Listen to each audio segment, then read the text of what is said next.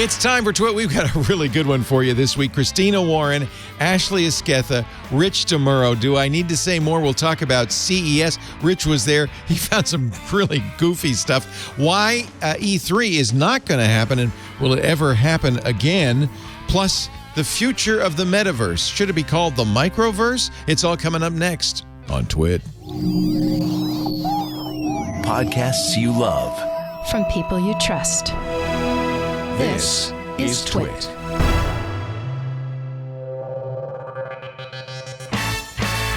This is Twit. This Week in Tech, episode 858, recorded Sunday, January 16th, 2022.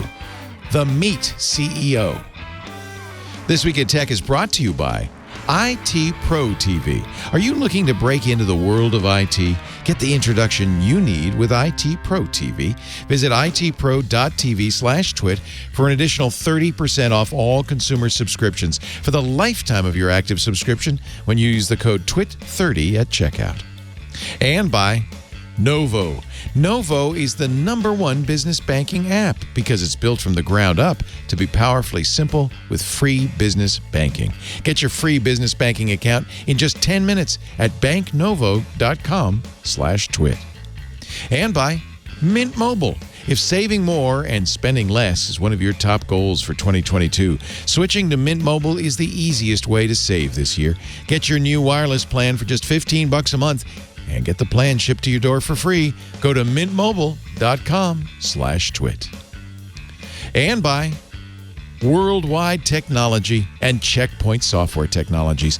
When was the last time your company updated your security strategy? Are your business assets protected? WWT combines strategy and execution to secure your organization and drive business outcomes. Visit wwt.com/twit to get started. It's time for Twit, This Week in Tech, the show where we cover the week's tech news with a panel I've hand-assembled, cobbled together with my own... No, Justin doesn't. I know, I have nothing to do with it. But I'm very pleased with our panel this week. Rich DeMuro is here from KTLA, richontech.tv. In honor, he's going to this is his homage to I Love Lucy. He is going to be in 4x3. All day today. You want to do black and white too? Because that would really... This is all sponsored by the new movie, being the Ricardos on Prime Video. So that's my shameless plug. They paid me millions just to have this old school format with the shades behind me. You look like you could be at the Desi Lou Studios right now. So that's good. That's good. It's great to have you. It's good to see you, Rich. It's been a while. Thank you for joining us. Also with us, Christina Warren, senior cloud advocate for Microsoft, film girl. She's still got the tags on her, what do they call it? Animal Crossing dolls? Animal Crossing dolls? Yes. Yeah. I'm not going to take the tags off. I mean, well, wait a minute. The top one is the woman at the front desk in Animal Crossing. It's Isabel and it's Tom Nook. So it's like... Is that Tom Nook below her? It doesn't. Is that Tom Nook? No. This is the GitHub. That's the GitHub squid. That's cool. I didn't know you could get that. Yeah. This is this is Mona. So Mona is her name? Okay. Mona is her name. So she's got Isabel, Mona, and where's Tom? I don't see Tom. Tom fell behind the package. Okay. Because Tom is behind Patrick Bateman. Wait a minute. And what do they call those ones with the big heads? The Nookies? What are they? There's a name for those. Unca Pop, Inca Winkas? The Funko Pops. Funko Pops, yeah. Funko Pop, okay. Funko Pop. And this is Patrick Bateman from American Psycho. And he has Okay, that's a little weird. It is a little weird, right? But it's great. I mean, I'm a fan. Okay. Leo's like, I don't know what to do with this. And I'm like, it's satire, it's funny. And then like to have a commerce based on kind of an anti-commerce book. Like perfect. People misunderstood. It is great, honestly. It is. Your generation is so ironic that it just fits in with all the other irony, right? Also, back on our mics we haven't seen her in ages. It's so great to see Ashley Esquetha from CNET. And Look at those two tellies over your shoulder there. That's congratulations on those. Oh, thank you. I'm now an award-winning producer. Yes. I think I agree with Christina. There's nothing quite like the juxtaposition of Animal Crossing and murder. And Funko Sweet Pops murder. and Psychos. Yeah. Yeah. But it's sweet murder. Look, I argue Tom Nook there's an overlap there. Look. I agree. No, look, he's got some shady stuff going on. Like we haven't really. There's something buried in the back there in 100%. Yeah. 100%. Yeah. Some villagers have in fact had their legs broken for not paying back debts. Okay. That's all Show I'm of gonna hands. say. How many of you are still playing Animal Crossing now that the pandemic is over? Oh, wait, I'm sorry. The pandemic's over, Leo? I have a 2-year-old. I forgot. Okay. Rich, by the way, one of the reasons Rich is in Desilu Studios is because he's actually in a COVID bubble. I'm in the middle of the pandemic. Like literally, I am like ground zero for the pandemic right now. And somehow I've avoided it. I don't know how. Congratulations. But I went to CES last week, avoided it there, come home to my kid who has it, and immediately everyone here gets it except me for the last week. So did your sons go to CES? No one got, apparently, as far as I can tell, nobody got it from CES. It was the safest CES in years because everyone was so far apart. Everyone was terrified. It was like because nobody showed up. That's why. They said 40,000 people, which is a quarter of the normal, right? Yeah. And so it's not the people were there. It was mostly the exhibits that were, to me, the most impacted. So, I mean, obviously the floor was easier to kind of navigate, but it seemed like the exhibits were, or I don't know what you call them, the exhibitors. Yeah. They were definitely. Yes. All the booths. But I will say, for my purposes, it was fantastic because all the stuff that I got, nobody else got. And so my videos were great. We got a couple videos that went viral, and I thought it was a fantastic trip. So I'm hoping that everyone stays away from CES from now on. I did see a video of you from CES doing something a little odd. Uh-oh. I can't remember what it was. I just thought, oh, there he goes again. No, what I really thought was the great thing about CES this year was you could get those shots. You could go in and you could, ride the snake or whatever. I can't remember. What were you doing? Tell me about. I mean, literally, it was so easy because there was no, usually you'd have to go to they're like, excuse me, talk to the press people. You got to get in early. I didn't do any meetings set up, nothing. They're like, oh, do you want to tour a booth early? I'm like, no, I'll just tour it on the first day. No problem. Was there anything? That sounds like the greatest CES experience, it does. if I'm being honest. But it doesn't work. That's the problem. It doesn't work that way. You know what I mean? Like if they did that every year, it would be hard. It would be chaos. No, you can't do it that way. But that literally sounds like, it just reminds me of the convention days of yore, where it was like very small before these things became these massive, like consumer driven. Like I just remember E3 in like the year 2000. Like the year after the Dreamcast came out, or maybe it was 99. Maybe it was the year the Dreamcast came out. I just remember it was like so small. Kensha Hall was still real. Kensha Hall. Do you remember Kensha Hall? Yeah, those were the days. And it was like, I just remember that. I will never forget that floor layout. They literally had all kinds of crazy stuff going on there. Like Tecmo had a whole thing with like the girls from Dead or Alive, and like they had just like all these models, and they were all dressed up in all the costume. And it was insane. Like I mean, it was really just pure. It was the pure distillation of what E3. You must have been like 12. Yeah.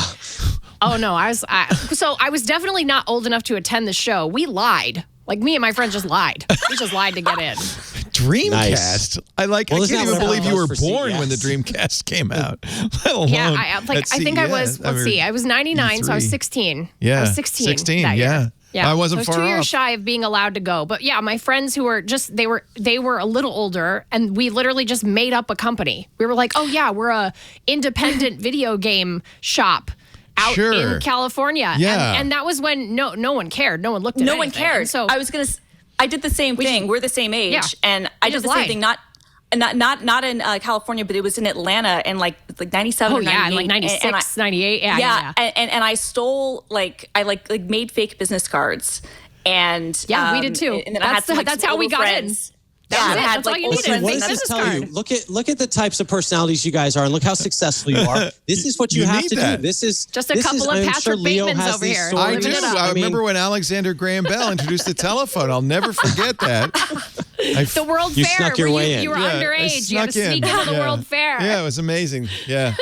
Well, when you think about what we were lying about, like to do, like we were to go to a trade event, right? Like we wanted to see cool stuff, but the dumbest thing, like not I had fake ID, not to get into clubs, but to go to E3. To go to E3. Well, that's playing Dreamcast games before they came out. That was my one goal. I was like, I just want to try Shenmue. I did have a fake ID to get into clubs as well. I will say that. Oh no, I didn't. I was lame. I was super lame. Oh yeah, I totally. I was just only playing video games all the time. Very sad.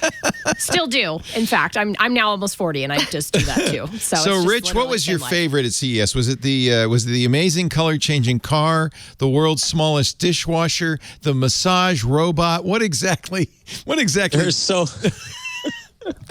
There are so many. I think it's funny. The video that went the most viral is I didn't put it on my Instagram, but I put it on my Facebook, and it's the look at the new mail truck. So this thing, I don't know if it got posted on like some mail carrier association like forum. No, the UPS approved this thing. It's a beautiful thing. Is it the one with the big windows in front and all of that? But the strange, that's an official. Yeah, it looks like a Pixar truck. Yeah, that's the new the mail truck. I think that's a very cool. So that is done like over, I think it's up to 1.2 million views on my Facebook page. And it's like people are just debating, whether the truck, it looks like it was just, if it's going to work, if it's going to be able to navigate snow, sleet. What do they say? Didn't they say they're going to buy like 100,000 of these or something? I mean, I think they already committed to that. Even more. And it's like 10% of them are going to be electric. Electric, yeah. So that's another side. But it's also been about 30 years since they upgraded these trucks, which is pretty wild. It's time. I'm sure they're horrible polluters and all of that. But awesome. I guess my point is that it's kind of gimmicky these days, CES, right? I mean, it's all a little bit of a gimmicky.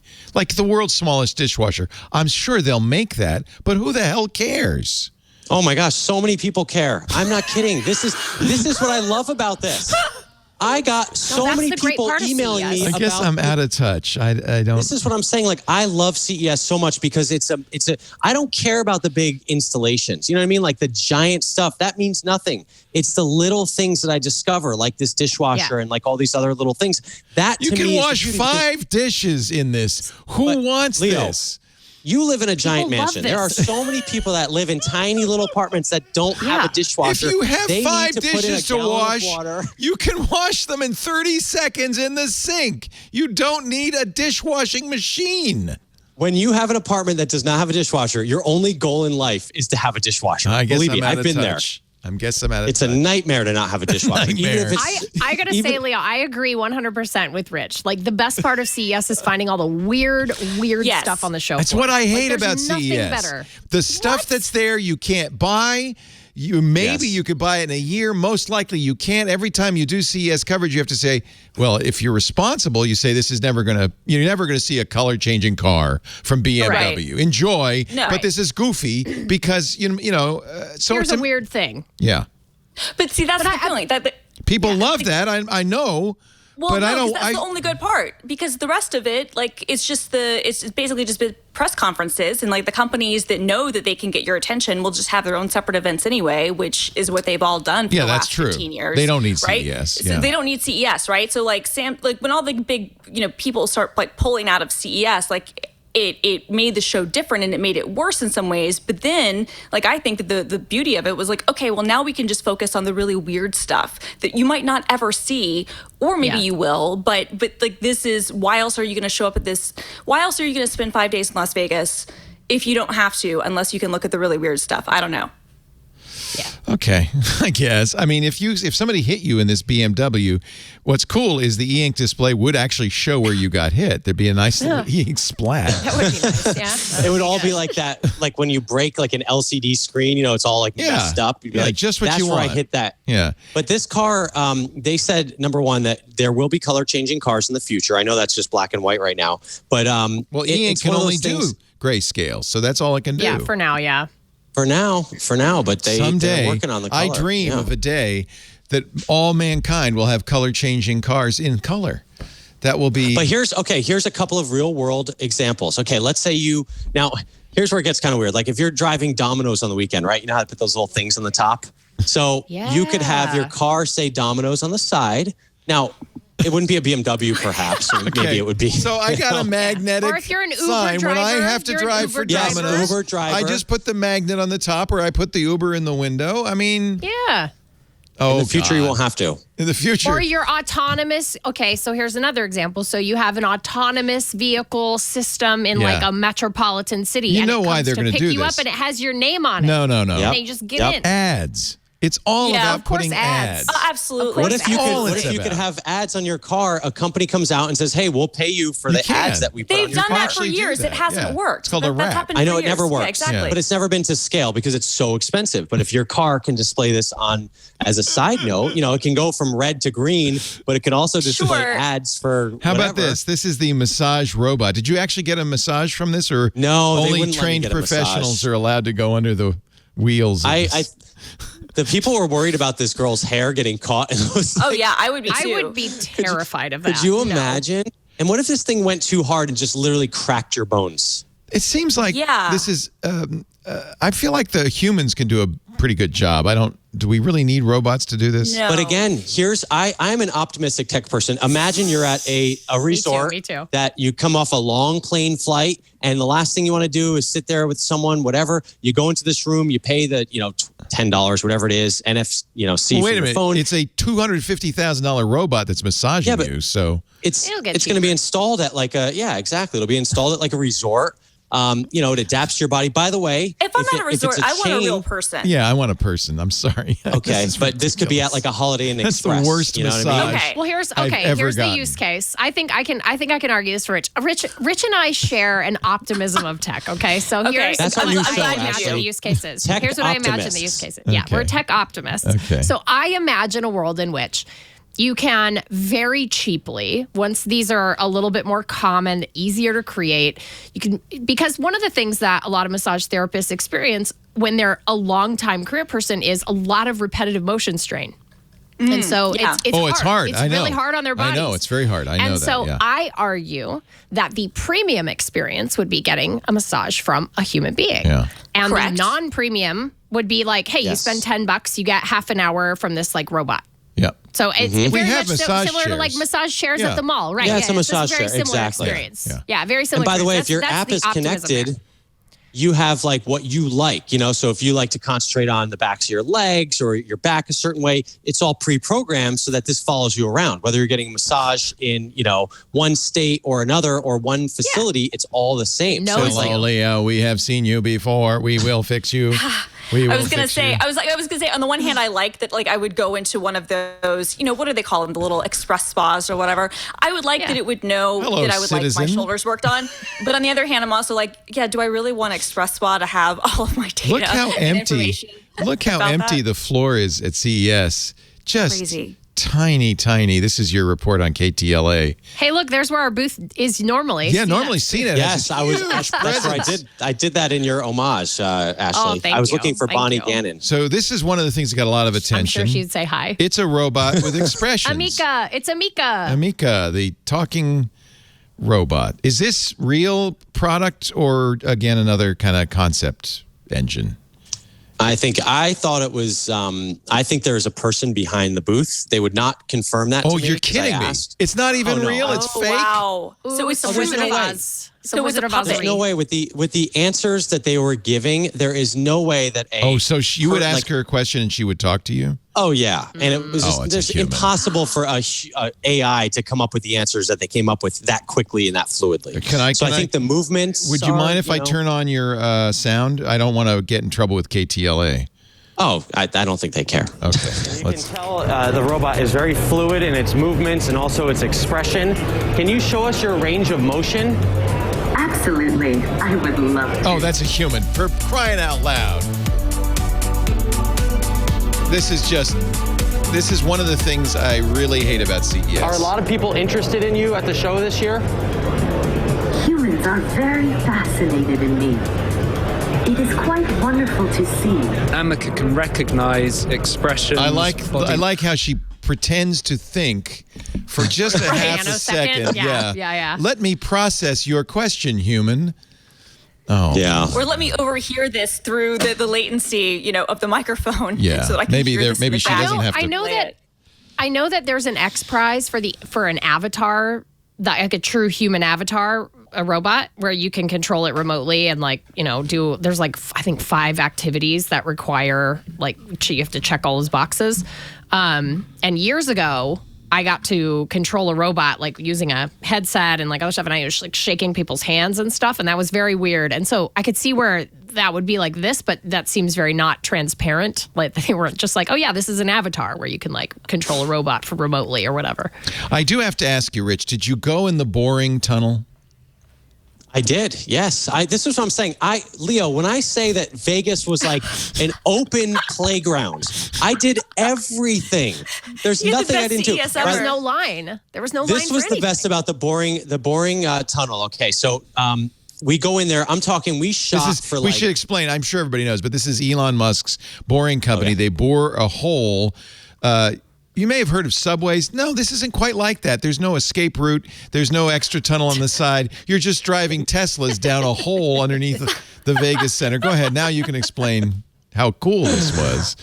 So these are built 40 feet under the ground, and the idea was that this would be built all under Las Vegas. They started with just the south wing of the convention center all the way to the west wing, and so it's basically a 1.7 mile. It's 2 tunnels. And by the way, there's already a monorail above it. But go ahead, keep going. Yeah. Mm-hmm. Yeah. So, this was a proof of concept, and they did do it very quickly with only money that they got from the hotels, like the hotel associate. Like you go to a hotel and there's like 1,000 fees for being in Vegas in addition to the resort fee. But anyway, they built it and they put Teslas supposed to be autonomous. The Teslas can't be autonomous because this was the best. The drivers will tell you anything, by the way. So they were telling us like the inside scoop of how the cars, since the walls are so close to the sides of the cars, the self-driving system goes nuts because if you, that's Leo, interesting. You got a Tesla. So you have to manually drive it? The proximity alarms. Yeah. They just beep, keep beep, going. beep, beep, beep, beep, beep, beep, beep. That's good. Yeah. So they're going to have to write special software for these cars that just allow them to go through this tunnel. Yeah. But the tunnel was cool. It reminded me, I grew up in New Jersey going to the Lincoln Tunnel, to New York City. That's cool. Life. That's fun. That's a fun drive. I've done that. Yeah. It's a big tunnel with a lot, like you said, safety and this and that. This has none of that. None of that. It just has cars that go underground. Plus lithium-ion batteries that can explode. Right. And what the hell? Let's go ahead and try it out. But here was the best part of the whole tunnel situation. So we went down there. We shot for like 3 hours, took like 100 rides one day. And then we go back the next day just to do like a couple we call them wraps, like the intro. Oh, you did it serious. You spent a lot of time in there. But the best part was the next day we go down there like, oh, sir, sorry, you can't film down here. We're like, wait, what? I just spent a few days. Excuse me? All day yesterday filming. Like, no. Orders from up above, no filming. We're like, okay. Well, yesterday your car drivers were giving us interviews and all that. Anyway, they had like a big Was that event, because there was a traffic jam? Because there was a traffic jam, wasn't there? At one point? I see those pop up every now and again on Twitter where they're like, oh, yeah. Well, it's like... Okay, so here's what it is. It's a tunnel, and instead of a subway, you could put cars through it. Okay, we invented the subway, it's a tunnel. Like a couple hundred years ago. For cars. You're but only specific kinds of cars can go in. Yeah. Like, that's it. It's such a weird... This looks to me like a very scary Disney ride, to be honest with you. That's what it felt like. Cool. It felt like a Disney ride. It's really cool to go through it. I went through it when it opened. Yeah. And it was fun. I would do it. I would. Also, it's like... I'd take my chances. It's a tunnel. Okay, hold on. Look at the tunnel right now. You see how it's affected with like those lines? It looks like 1 million cars have crashed into the wall. I don't know why they decided to use that. They look like scrapes. They do look like scrapes. Yeah. Why would they do that? They're not. They're painted there. That's not scrapes. That's just to make you So that's intentional. That's weird. Yep. Yeah, to make you look like you're moving faster is what that is. If it were just white, you would just feel like you were getting reborn. Ooh. Okay, that's true. I get that, but I still feel like it does. It's a birth canal, is what it is, and they don't wrap the whole thing in LED and do it. Make it fun. Come on, Elon. Do it like Fremont Street. Come on, you're in Vegas. It is kind of cool. It is kind of cool that now you're up. Cool. Yeah, now that would have been a long walk. But they're not autonomous. Somebody's driving the whole time. Yeah, somebody is driving, and they go 40. They go 30 miles on the curves and then 40 miles on the straightaway. Although if you get a good driver, they'll go a little faster than that. So they actually allowed to step. You can say step on it. I'm in a hurry. Oh yeah. Can you say follow that Tesla? It's actually very confusing down there. I had a driver who didn't know the lay of the land because I guess they hired a bunch of them and he was like making all these U-turns. What? No, you can't make U-turns in the tunnel. There's no U-turns in the tunnel. Holy How do you get confused? It's a I don't know. tunnel. That's hysterical. I didn't want to question it, but it was. That reminds me of the Austin Powers scene where he's trying to turn the golf cart around in the tunnel. 13-point turn. He's doing a 13-point turn in there. I thought I was being punked because he literally did we did a UE in the main area. Yeah, where you can't do it there, obviously. Yeah, I was going to say you can't do it in the tunnel. Yeah. But I was like, dude, what, wait, there's only literally 2 tunnels here. Like, how do you not know which way is which? It seems, I mean, look, it's cool. Paint I admit an it's arrow cool. on the ground. But how much did it cost? It must have cost hundreds of millions of dollars to dig that tunnel. I think it was $47 million. And it took a couple of years. I remember they've been digging it for a long time. No, it was less than a year. Less than a year? And there was a special machine. Yes. And that they show that. I show that at the end of my video. It looks like something that fell out of the sky, like an alien spaceship. I'm not kidding. It's this huge. You saw it, Ashley, right? At the event at the. Was it at Spacex? Where they did that big event where they said, oh, yeah, it was when they initially said, here's the drill that we're going to use to drill all these holes. And then it's much faster than a snail or something like that. They were really excited about it. This was years ago. I am just glad. It is a wild machine. Pretty incredible. I am just glad that Elon takes a lot of drugs because as a result, unlike anybody else in the world, he is willing to do crazy things. You saw the... what he's building to catch the Starship. The Starship is going to land in, they call them chopsticks because Elon says it's just like in like Karate Kid where he catches a fly with chopsticks. The rocket's going to land and the crane's going to catch it, and then it's going to take it and it's going to reposition it for the next flight.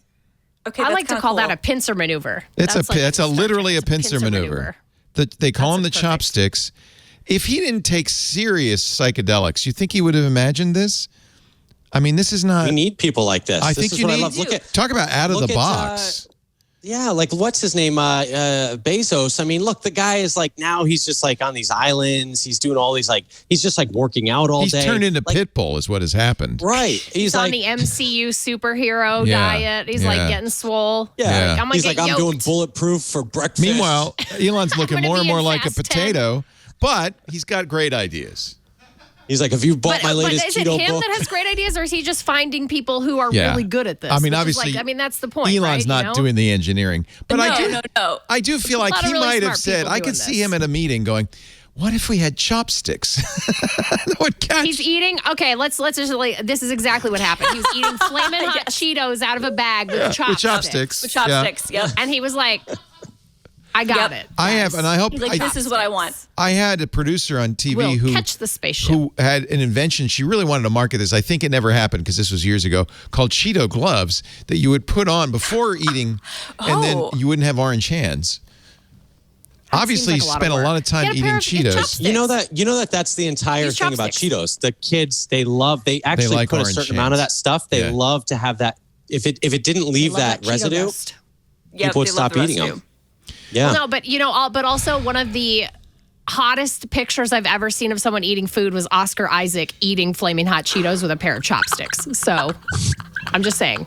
Should I look that up now? I am absolutely Googling that right now, as is everybody else.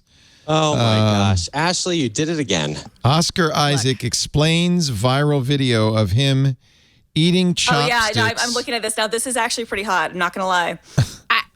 I'm not wrong. No, you're not at all. I'm hot. Yeah. And look how red, by the way. I like it. Look at that is a man who is that's ingenuity right there. That's someone ingenuity. That's someone who gets creative. Can I just one thing? In all aspects. Can I just one thing? Can I ask you, who's Oscar Isaac? Oh, no. Leo? I know. Did I tell you about that time I met Thomas Alva Edison? All right, I don't know. Oscar, at the World's Fair. Leo, I don't know who this guy is either. So you don't? Don't worry. No. Oh, thank God. Okay, you don't know. I was going to leave you hanging, but then You don't. You've never seen a Star War? I've seen a Star War. Is he in a Star War? Who is he? He's the star of the freaking second trilogy. Or third he's the leader of House Atreides in Dune. Really? Yeah. Oh, well, I didn't recognize him. The problem is he's wearing a toque. And I didn't recognize him in the toque. Oh, okay. And the mustache. Yeah, if you look at him with his real pictures. Ashley. Here he is in his kitchen eating Cheetos. He's Moon Knight. I didn't recognize him. Wow. So I do maybe. Christina and I are. This is now officially This Week in Oscar Isaac. We're changing the name. Oh, he was in Addams Family too. Okay. Yeah, okay. he's Gomez. Not a favorite of mine. I've never seen that movie. What? I mean, I'm going to confess, I'm not a big Star Wars fan either. Did you see Dune though, Leo? I did. I loved Dune. What is he in Dune? He's the lead. He's Leto Atreides? He's Leto? the leader of House Atreides. He's Leto. Okay. Yeah. Duke Leto. Yep. All right. I just, by the way, the things you learn. He looks super different. I will give you that. He looks super different in that picture than he does in Dune. 100%. Totally fair. Thank you. That must have been it. Is this Christina Warren eating hot Cheetos with chopsticks, or is that just my imagination? That's just that is not me, but that looks like that could be me. Could honestly. be you. That could be me. That is not me. I wish it was, Could but that be you. actually could On any completely given be Sunday. me. Honestly, no. I mean, down to the beanie, the whole thing. The whole that thing could completely be me. It could be you. It's a vibe. That's All what right. I want to take a little break. I just want to. I don't want to press my opinion here, but it feels a little bit like CES has become. And actually not become. It has been for a long time. Kind of mostly just gizmos, gadgets, and gimmicks. Yeah? All the big companies left, so it's cars. It's a car show, and it's like a weird gadget show. It's a little gimmicky. Yeah. Completely. All right. Yeah. Well, but that's fun. TVs. Don't forget TVs, because TVs I have are big, personally. yes. I like that is actually my favorite part. Oh of man, CES. I love number that one, part where you walk in the all main the TVs. doors and there's LG and they've got the video waterfall. How was the video waterfall this year, Rich DeMuro? Leo, LG's booth was actually empty 100%. So if you look, I'm trying to find my tweet. I'm envious. It's unbelievable. It's just I guess they didn't know if they were going to go to the show or not until the end, so they didn't plan it. And so it's literally it was plywood and then a bunch of QR codes that you would scan. It was like a virtual booth. And it was like the biggest letdown. It was huge. I mean, it was a huge area when you first walked in. Yeah, because it's a huge footprint. It's massive square footage that they take up every year. I was going to say, like, they pay so much money for that. I mean, that was just a complete write-off for them. I'm sure that they were just like, all right. Oh, man. We're just writing all of this off, and we are not going, and... I feel the worst for the small companies that pay a lot of money to be there and just, man, they got hosed. Yeah.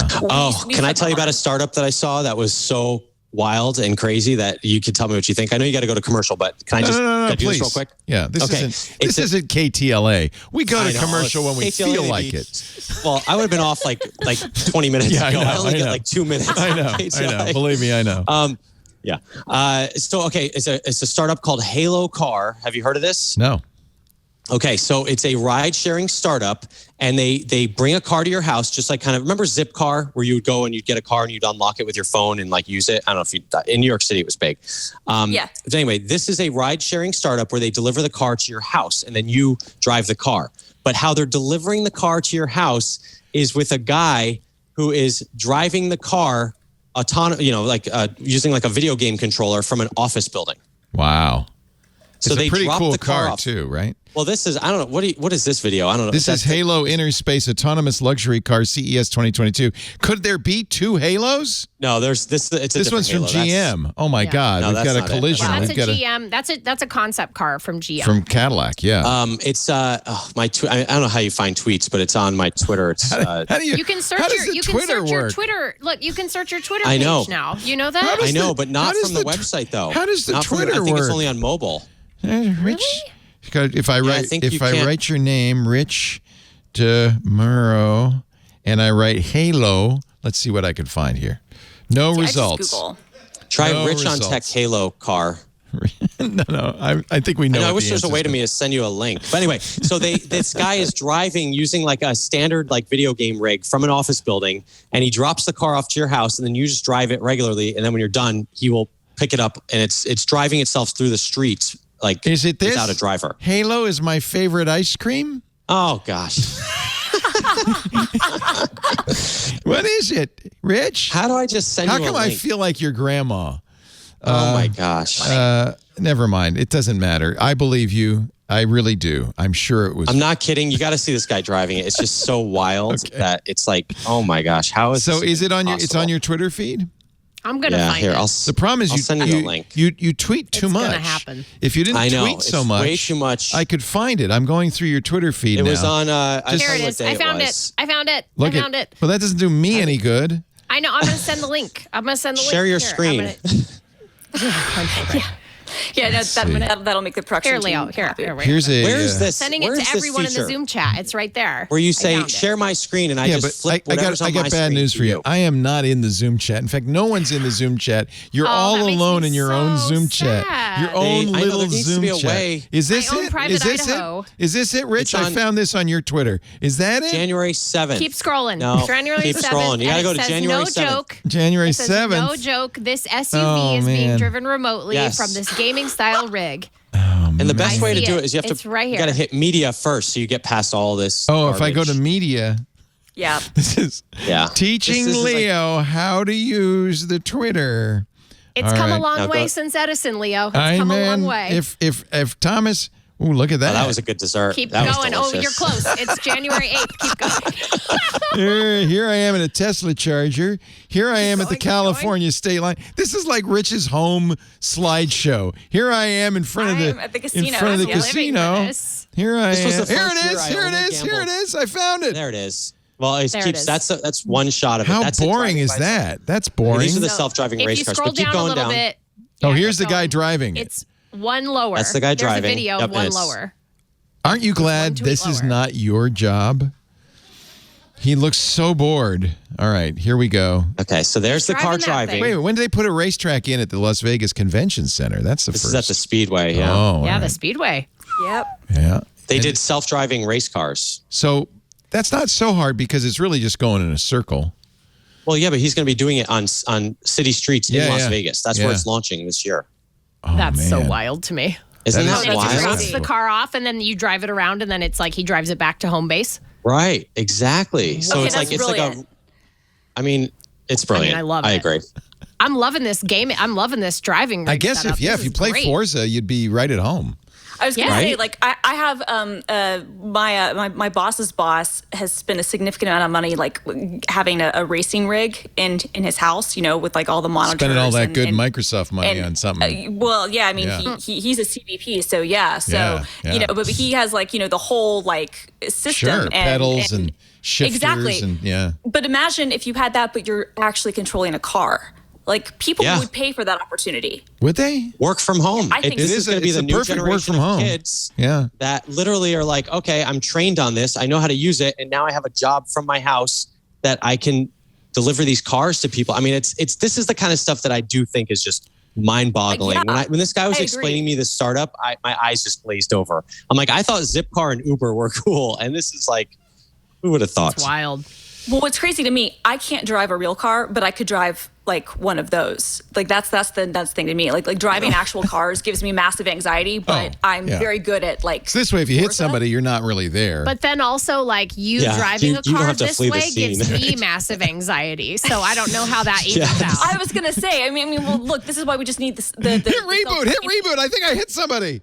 We just need the self-driving thing to be like a real thing, and then no one has to worry at all I'm just saying, like, sit in the car. Yeah. I've seen you play Grand Theft Auto. All the video I am not confident. Fair. I do hit a lot of people in Grand Theft Auto. We will have more of Rich, Christina, and Ashley teach Leo how to use Twitter coming up. But first, a word from our sponsor. It's great to have you three. This makes my life very easy. I basically just sit back and let you guys talk. I'll find another topic here, and we can talk about that too. Ashley Esquetha, CNET, great to see you. It's been a while. You are on fleek. Do the kids still say that? You are on fleek today. I'm not a kid. I don't know. No, you look great. Sliving, that's a Paris Hilton thing. Sliving. He says he's sliving. I stan you. I understand that's something else. Today. I'm sliving. I'm standing with the sliv. Also, Christina Warren, film girl. You want to now call it digital media girl or something like that? No. Maybe? No? It's too late. It's too late. It's too late, baby. It's too late. And Rich DeMuro from KTLA, richontech.tv. Our show today brought to you by, speaking of TV, IT Pro TV. We know if you watch, our shows, you probably have somewhat of an interest in technology. Maybe you're a tech enthusiast. Have you ever thought about working in IT? Boy, it's a great time to be in IT. There's a huge demand for IT experts, especially in security, networking, even desktop support. Now you don't have to worry about how to get started or where to get started. You can just go straight to our sponsor, IT Pro TV. Great guys and gals, of course, who have the knowledge and the information and the courses to get you the certificates you need to get into the IT world, to make yourself more desirable to future employers. And if you're a business, you're going to love IT Pro TV for Enterprise, a great way to keep your IT team up to date, up to snuff.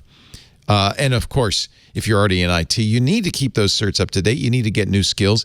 IT Pro TV is great for that. This month is Getting Started in IT month at IT Pro TV. They've been doing this for the last 6 months. They've had theme months.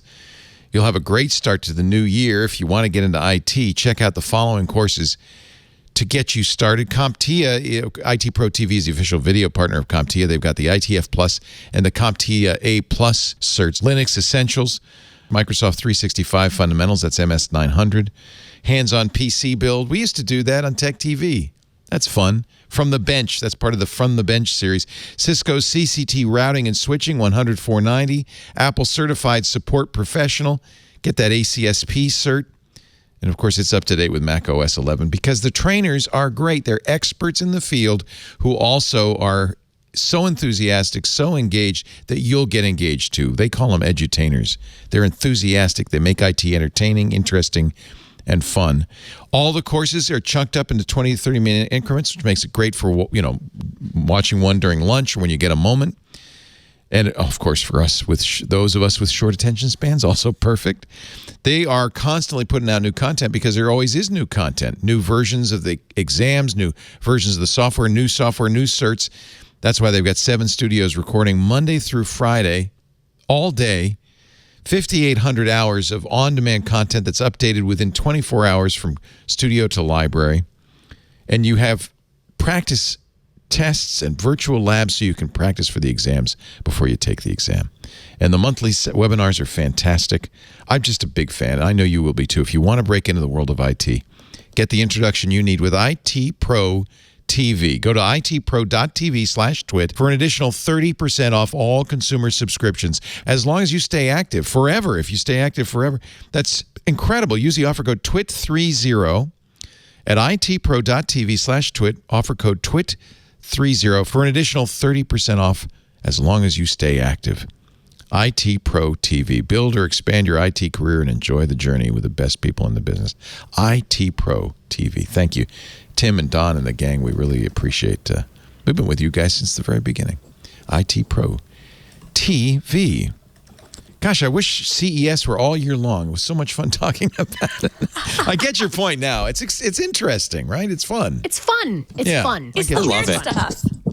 No E3 this year. They just called it off. Oof. Online only. I don't know, Leo. Okay, so I have some friends. I have some friends who have friends. And you know some people. Is your friend named Joey Bananas? Yeah, totally. Yeah. So I have heard that they actually pulled out of their commitment to the ESA pulled out of their commitment to the convention center space in November. Yeah. Oh, they didn't. They planned this months ago. And so that there was actually maybe even before Omicron kind of picked up, and I think it was just a good reason for them to say, "Hey, we're going to go virtual again." I think I'm a little I don't know. Now I'm only speculating, but I can only guess that maybe there wasn't a lot of interest, and I think that because Sony pulled out of it, it's sort of like CES, right? Mm-hmm. So Sony once Sony pulled out, once Microsoft left, once Google left, right? In gaming, it becomes a different show. Yeah. I mean, CES, you've got a lot of other stuff, but in gaming, it's the big boys if they're not there, well, there's and they haven't for a long time. Like when Sony pulled out, Nintendo's never really been part of it.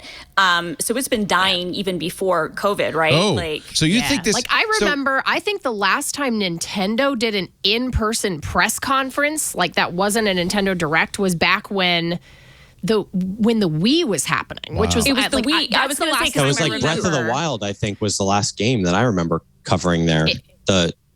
Well, they have booths. Like they've had booths. Yeah, they do their But the actual press conference. They used to do events. In fact, all three of the big guys used to do events. They used to do an in-person event in a theater. And I remember that for things like later Wii, like all of the later Wii stuff and maybe early Wii U, but that's about it. Like I don't think... The Wii U was not there. I remember that. The Wii U was not there because they had a separate event and they had, even at CES the year the Wii U was out, they showed it to me in a hotel room that was not part of CES because they didn't want to give the CEA any money at all. And then that E3, because they don't need to. There, they don't. That's the thing, right? Does this bode, it's like Sony doesn't need to either, right? Does this bode badly for E3? I mean, CES went on. Oh yeah. But it sounds like maybe, and I know CES will be here next year, but you think E3 maybe not? No, I mean it's been dying for years. Yeah, and I think the problem is so it's like a twofold problem. So what you have is you have a convention that used to be like tight industry only. And liars like me and Christina.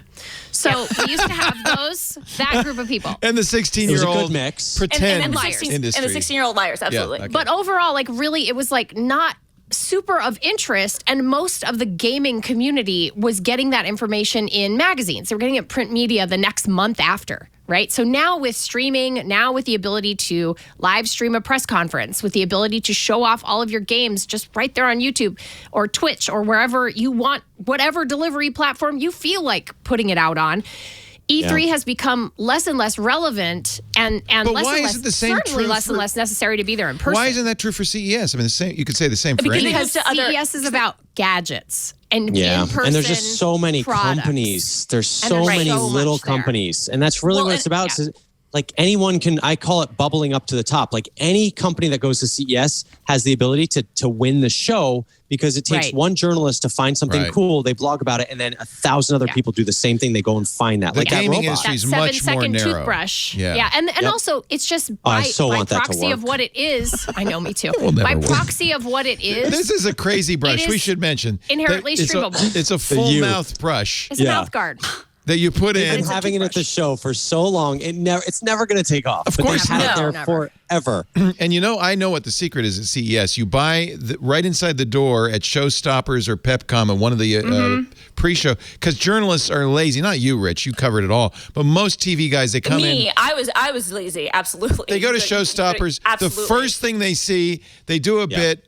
And they go home. We're done.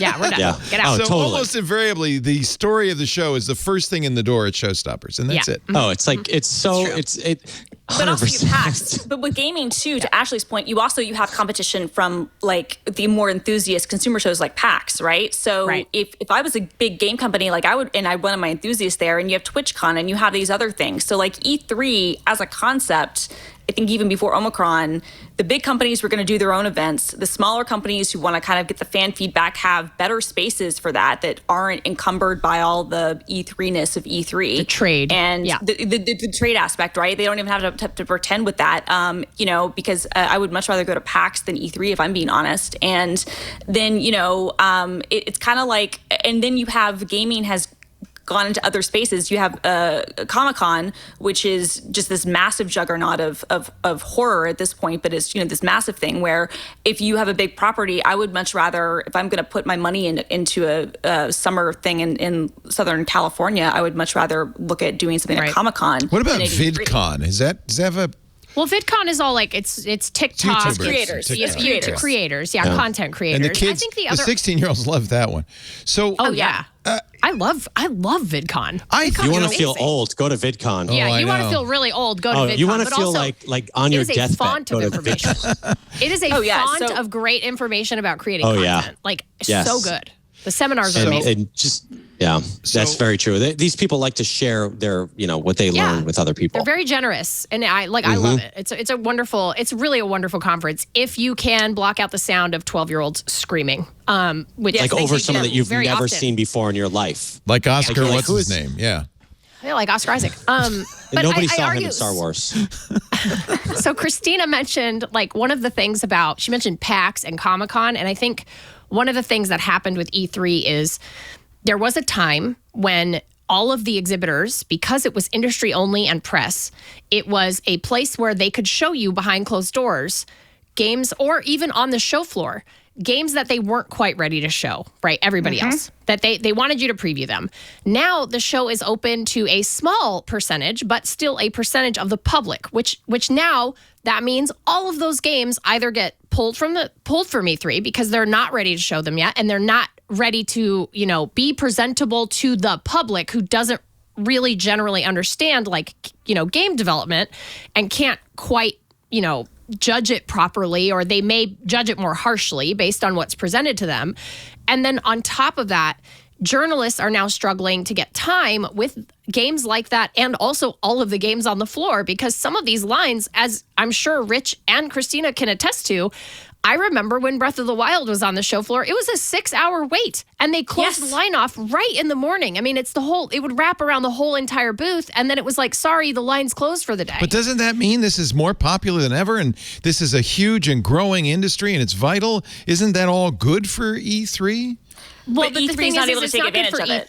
E3. It's good for video games, right? It's good for video games. It's not good for E3 because of the advent and the boom of streaming and streaming You games don't need a and conference. you just don't need that conference. And this is why we've seen all of tech do exactly the same thing. We saw Apple pull out of CES. We've seen Google, Microsoft, all of these massive companies, because they're like, we'll just do it ourselves. It was 2019 when Keanu Reeves came on stage for Cyberpunk 2077, and the game's still which was great. A piece of crap. Yeah, and I'm sure it's better now. It's gotten better. It's better. It's not a bad game. It was not ready. There are new ways that tech companies can get the interest of the media and journalists and the public, and that's really.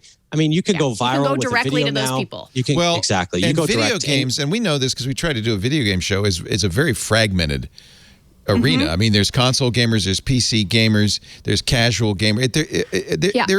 There's no monolithic video game industry.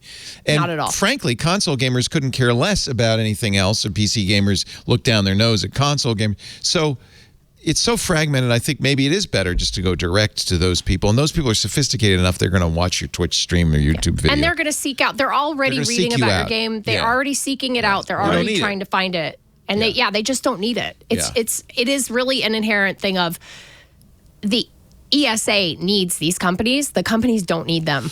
They don't need. But there is one thing as a person though, and I will say and this is as a journalist, I get to go to these things, but I think as even growing up, there's this shared experience, right? Like a car show, CES, E3. There is something as a nerd or someone who is magical. Part of a group. Exactly. You want to be there. You want to be with just people that share your interests, no matter what. So does that mean the fan conventions like PAX East and Comic-Con, those will become bigger rather than the industry trade shows? I mean, I think so. PAX West happens at the Seattle Convention Center usually, Washington State Convention Center, or whatever, happens up the street from my house. And it does become kind of that congregation of you have, players. And that's the whole thing with that is that, they put it's like Comic-Con, the gamers are people are like on the same being level with as each everybody other. else. It's fan facing. It's fan facing. Fan and people facing. love it. I love that. Fans I love first. That. It's always fans first. In fact, first. think about it. Who were the real fans at E3? It was you 16-year-olds lying to get in.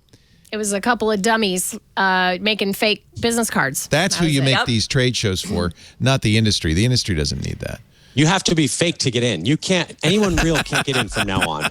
You have to have. You got press credentials. Bylines. Let me see your clippings. Oh, you can't come in. No. You do two truths and a lie. Yeah. 2 truths and a lie before you can get in. I love it. All right. Well, I'm sad because actually, I remember when E3 was started. It was Gina Smith in Electronic Entertainment Magazine that started E3 way back in the day. It was very exciting, and for a while, it's definitely served its purpose. But with streaming, it's just it's a little bit. That's why obsolete. I still don't understand why there are any trade shows at all. I really thought COVID would just kill the trade show. I mean, cars, I understand. Because you have to see the car. Yeah. See the car, drive the car, get a feel for the car. Touch but also, there's something to be said for, like Rich said, there's a collective experience. But that's a media experience. I mean, there's two different things. There's the fan shows, so that's networking. fans, and then there's media that goes to trade shows like CES, and they we like hanging out. But here's the dirty secret of all these these trade shows is that the best journalists are on the inside already. They've gone hands-on with the stuff before the trade show. They're not learning anything. They don't even go to the booths. I mean, they get these things in closed rooms. I mean, so it's the whole it's really fascinating when you kind of break it down. So, Leo, I do understand what you're saying, but I think the main thing is that these trade shows generate a lot of revenue. And that's another part of this. And it's also a big group that has a lot of power. And so there's a lot of things going on. This is the billionaire that CES built and Comdex built, and his smart move was to get out of it before it started declining. Did he sell? He sold it to CES, right? To CTA or whatever? I can't remember who bought Comdex, but Comdex went away. But he sold it for billions before it collapsed, became a very influential Republican donor and billionaire. He just died recently. And he used Las Vegas. He owned half of Las Vegas, right? Yeah. Oh, wow. Vegas, yeah. Yeah. The Shelleys. All right. How about, let's see. I want to pick something that you guys will get as excited about. I don't know what it is, though. A lot of this stuff. Can we talk about iMessage? Did Google iMessage? All right. I want to talk about All right. Okay, cool. I do too. I have opinions. We got to talk about that. I have opinions. First of all, I knew we would all have opinions. How many of you are green bubbles? How many of you are blue bubbles? I'm a blue bubble. You're I'm all a blue bubbles. You're all blue bubbles. Obviously. Just because I'm forced into the ecosystem, I can never get out. You wrote a book about it. You have to do it. So honestly, I switched to iPhone when I wrote the books, and I have not gone back. It's been so you're a big old phony. No, it's funny. My friend was interviewing me. No, I switched when I wrote the book because I was like, this is what I get the most questions about. Back. And honestly, it was the best thing I ever did. And I grew to love the iPhone so much in that time because I was sort of an Android person.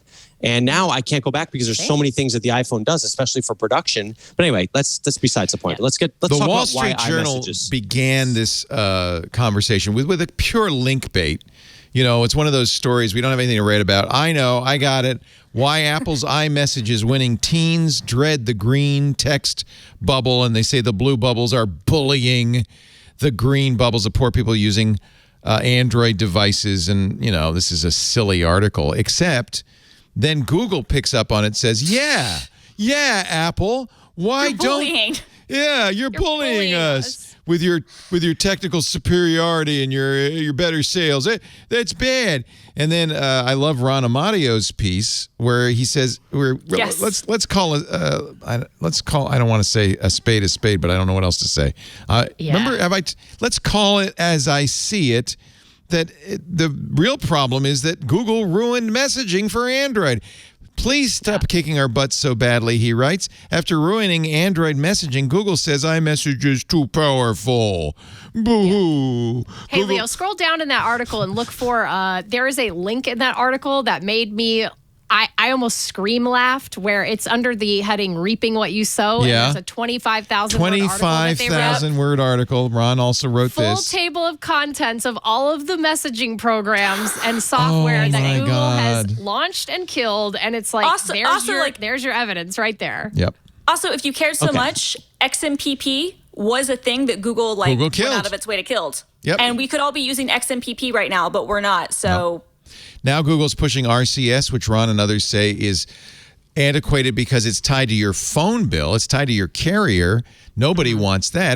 The problem is in the real world, outside the U.S., people use WhatsApp or maybe Telegram or Facebook Messenger, Signal. Depends what country you're in. If you're in Brazil, 90% of everybody uses WhatsApp. There's no blue bubbles, green bubbles. Nope. Right. But here in the United States, for some reason, we have this fragmented system. If you are using Apple's messages, you can text anybody using SMS. But there is a reason for this. And let's be honest what Apple did. Apple hijacked people's phone numbers and put it into iMessage. When you set up your phone and you go through that, that flow of setting up your phone for the first time, what does it say?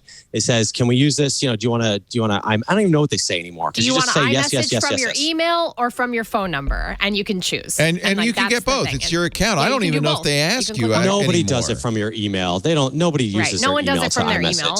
Yeah. No, but they use their phone. Unless they don't have a phone number. Unless they don't have a phone number. Which but actually they hijacked people's phone numbers. They put it into this system, and people are now in it.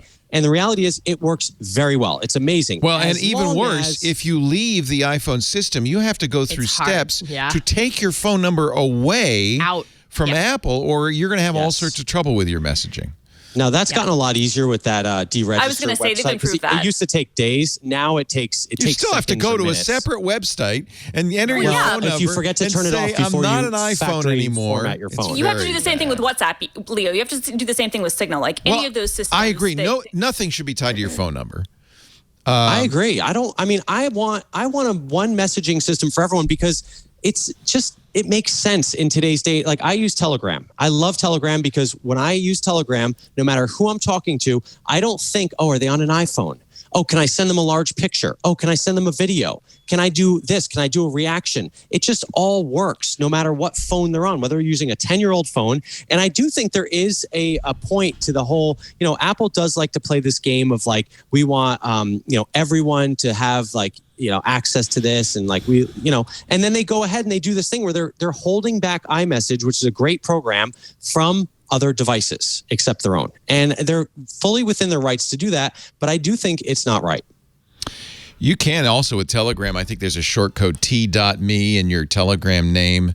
It's very easy to give somebody your Telegram account. I don't care what we use. I just wish we'd agree on something.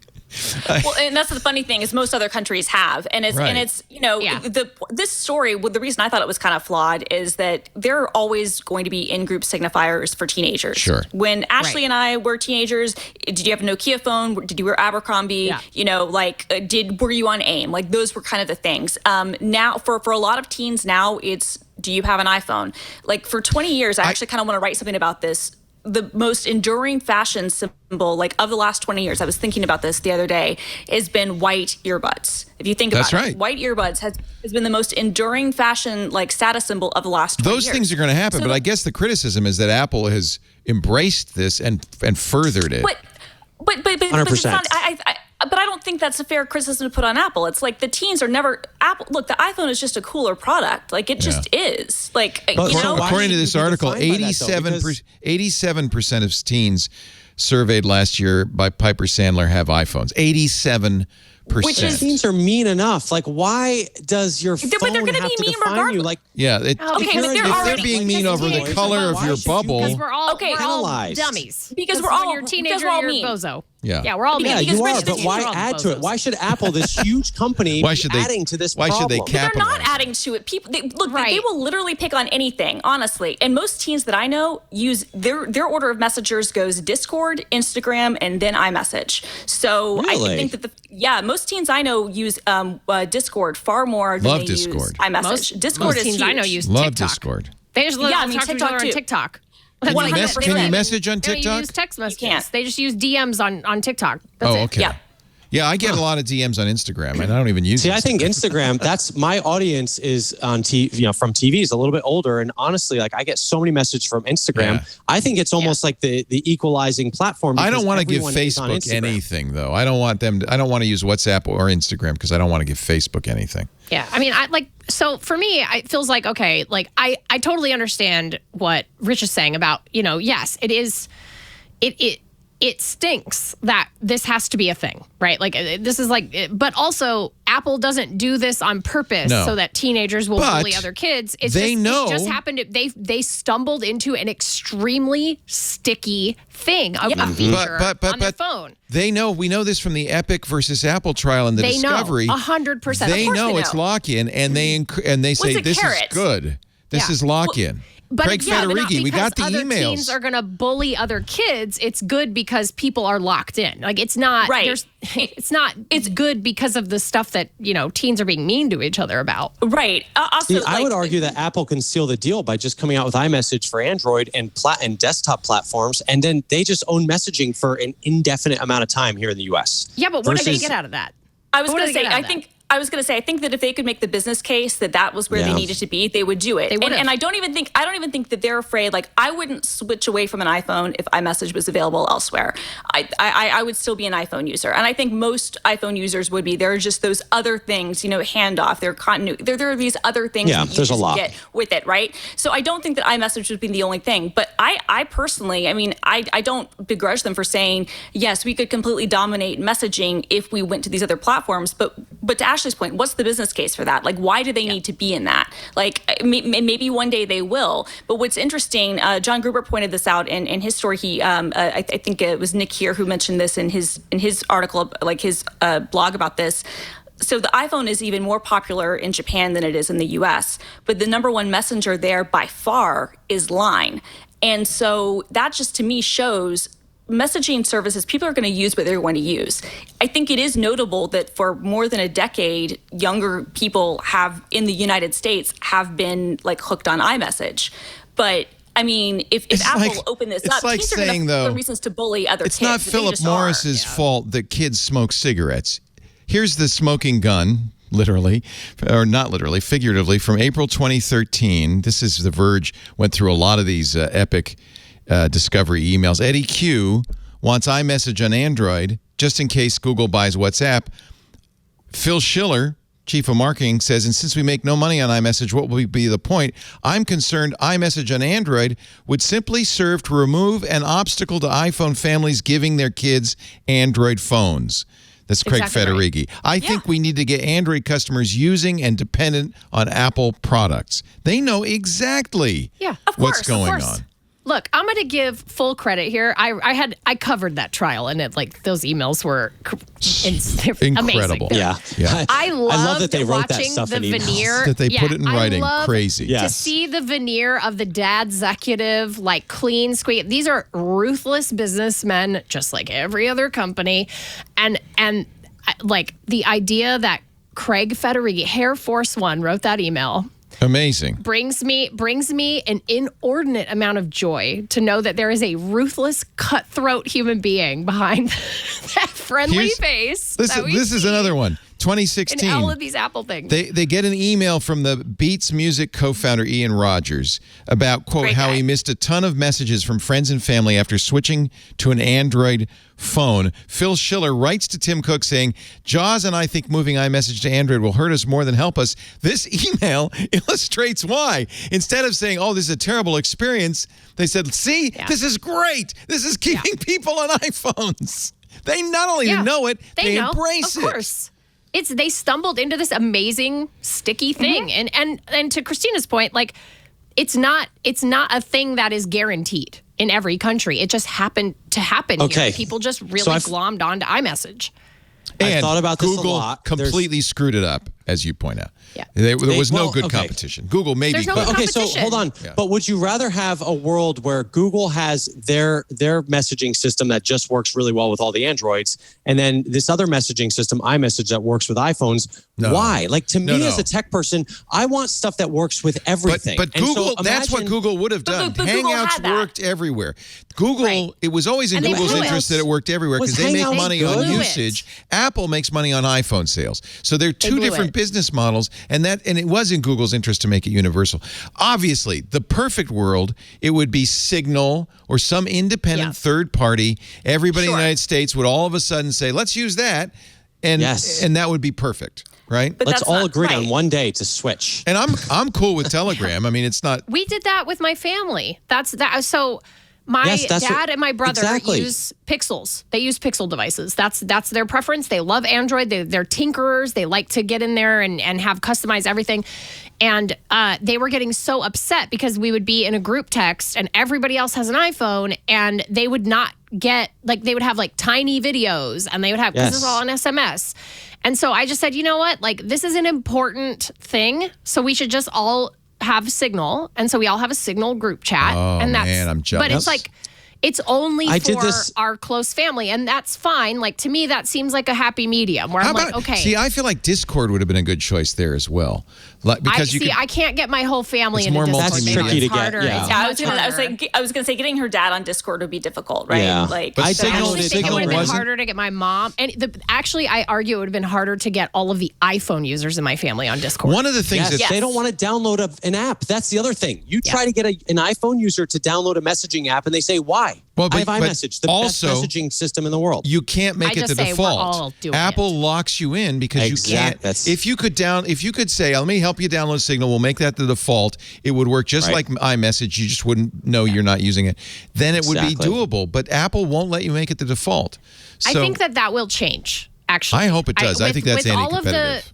I think with all of the, the trial, the Epic versus Apple stuff with Fortnite and the ecosystem stuff. You don't think Apple was emboldened by that? They won that trial at every single point. So yes and no.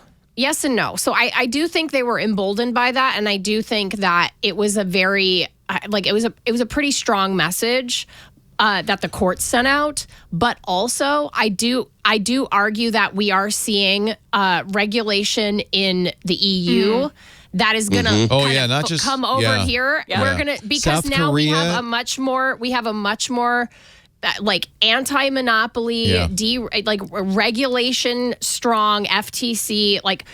It's going to be the future is going to be this sort of dismantling of these siloed monopolies, however you want to call it. You think actually the FTC within the next 5 years, FTC and Congress can actually act in concert and make that happen, and the courts? They won't have to. It's just like you said, Ashley. Right. It's the time has come. Yes, and I don't think that you could get away with the stuff that you used to be able to get away with, which is something like bullying people into a certain thing. Like we're seeing, if you look at almost everything, look at the streaming services, if you have Fire TV or Roku or Apple or any of these, Chrome, Google TV, pretty much you can get all of the major streaming apps on those services. Now they try to play hardball once in a while, but could you imagine remember the days when you couldn't get HBO on whatever and you'd be like, you would just switch. And with the iPhone, it's really tough to switch because it's a whole world that you're in, all because of this blue bubble.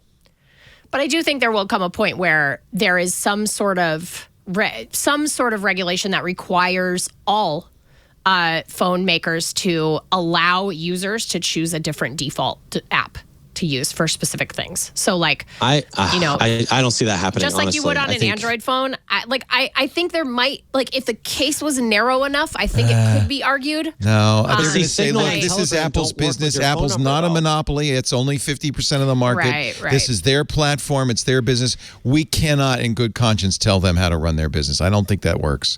You'd have to have them be predacious. You'd have to find something really evil, and I don't think that's going to happen. I really don't. I mean, they wrote all that stuff in those emails. I know. Who knows? So, by the way, I've thought about the way that you can tell people that you've moved to a service. Okay, let's say you're on iMessage. Okay, instead of switching to SMS, you can. I've thought about this a lot. You can put on the automatic, because there's no automatic reply on iPhone. You can't, on Android, you can set an automatic message reply to your SMS. But on iPhone, you set up the do not disturb while driving, and you can set the message that it puts in there. I'm sorry, I won't answer. I have to be, I'm on Telegram now. Yes, and so you put your little Telegram link as your autoresponder, and you say, hey, I've moved to Telegram, and just find me there. They click the link, boom, it's done. I've thought about this a lot because it really bugs me. It's a little workaround, I'm sure. That's a hot tip. I'm sure Apple will close that off at this point because have you done that on Rich on Tech?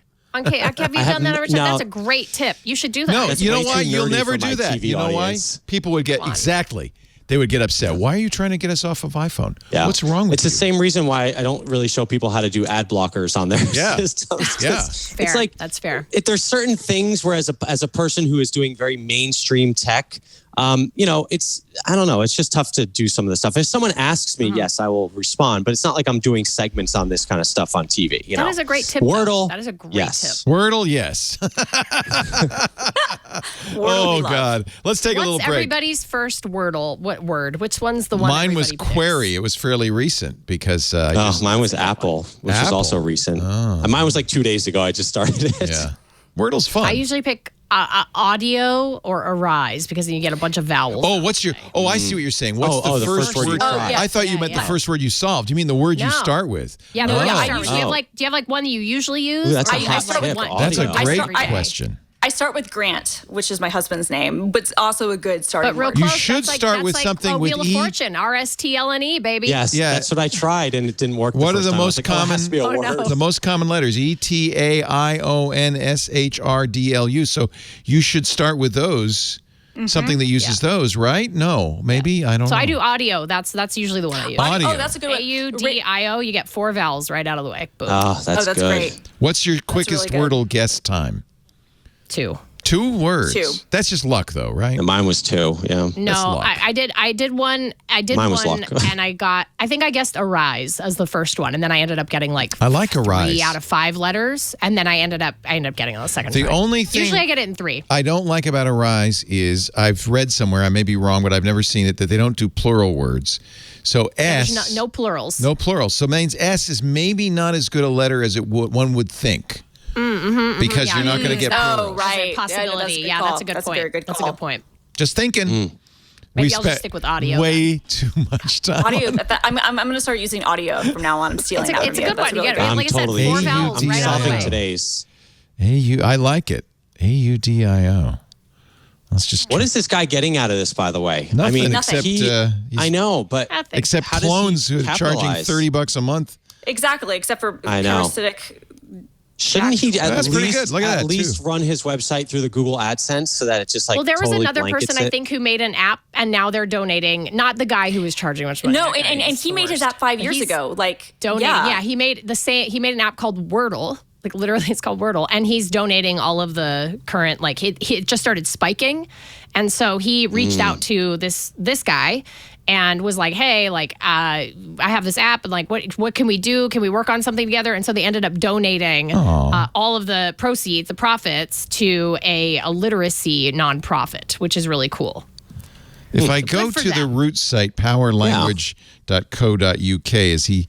No, it's just some guy, Josh. It just rolls off the tongue. Wardle. Yeah, it's this guy. He's from he worked at Reddit, I think. Oh, it's Josh Wardle? Yeah, he worked at Reddit. Oh, I know who that is. He worked at Reddit. He made that cool Reddit experiment. Yeah. And he lives in Brooklyn. It's very misleading because you think this is from across the pond. This is this is just a website he had from when he was from there, and now he lives in Brooklyn. He did the very famous Reddit button. Yeah. Which was hysterical because, well, it was just like meaningless game, but people got that's very Reddit-y. People got way into that. People got into it. Oh, I know who Josh Wardle is. I didn't realize he was Wordle. Wordle's Wardle. Wardle's Wordle. Yeah. Okay, should have known. Let's take a little break. We have lots more to talk about. We've only done 2 stories. They've been really good. But they have been so good. You guys are Great so stories. good. I am a huge fan. Ashley Esquetha, Christina Warren, Rich DeMuro. Best panel since last week. Love having you on. Rich is, again, at the Desilu Studios, it looks like. It's hysterical. But everybody in your family's okay, right? Everyone, well, they're feeling all right. My wife hard. I will tell you, this thing is real. Like I don't want to downplay real. it. She was triple vaxxed, and I'm not kidding. I can't believe how sick she got. Oh wow! With the 3 vaccinations, so it was scary. Wow! I'll just leave it at that. Yeah, it's funny because in the first round, didn't know many people who got it. Now everybody has had it, right? Mm-hmm. It's just like Christina's had it. It's everybody's had it. I feel the walls closing in, guys. The walls I haven't gotten it yet, and I just feel like Indiana Jones. Do you want to see the walls are closing in with the spikes? You want to see the mask I wear nowadays? Yes. This thing, I feel like Bane. This is. Oh wow! It's wow! A respirator. It's a respirator. No inbound. Now outbound. Right. It's all wow. 99. Do people just run in like directions when they see you with that? Sure. Like you go to the grocery store, you're like, no, I'm just here to shop. I'm here to shop, Batman. Wow. But you know what? I won't get it. I'll put a face shield this, and I won't get it. I'm determined not to, even though. I suppose I will. I mean, we all will at some point, I guess. I don't know. More good conversations with this group. You all should have a drink or something. Enjoy. You've been doing such a good job. You're working hard. While I tell you about banking, you think about banking, and what do you think of? You think of, vaults, tellers, giant buildings made out of marble. It's so 19th century. But if you're a business, you really need to be with Novo, Novo, business banking for the 21st century. Be your own boss this year. Join 100,000 customers who've ditched their clunky old banks for a streamlined, no hidden fees banking app that does the work for you. Works with all the tools you use every day. It's the #1 business banking app because it's built from the ground up to be modern, powerfully simple, free business banking. Money Magazine called it the best business checking account of 2021. And I'll tell you why. With Novo, there are no minimum balances. There are no transaction limits, no hidden fees. Novo offers in-app invoicing, reserves. That's you can have a reserve is a reserve like a savings account, like a bucket for big expenses or taxes you put money into. It'll take you 10 minutes to sign up, absolutely free. Go to banknovo, banknovo.com/twit. They'll send you a virtual card to use while your physical card is mailed to you, so you can start using it right away. And by the way, a great bonus for our listeners, access to over, stand back, $5,000 in perks. You get free and discounted access to services you already use. Stripe, Salesforce, QuickBooks, Snapchat. You get Google Ads credits, so much more. Of course, it's FDIC insured. You get human-powered customer service. Don't worry, it's not a Python script. You get free transfers. You get mailed checks free. You get incoming wires. Beyond bank accounts, Novo offers expense management. A corporate card, integrates with major e-commerce infrastructure players. Try to get your old bank to do these things.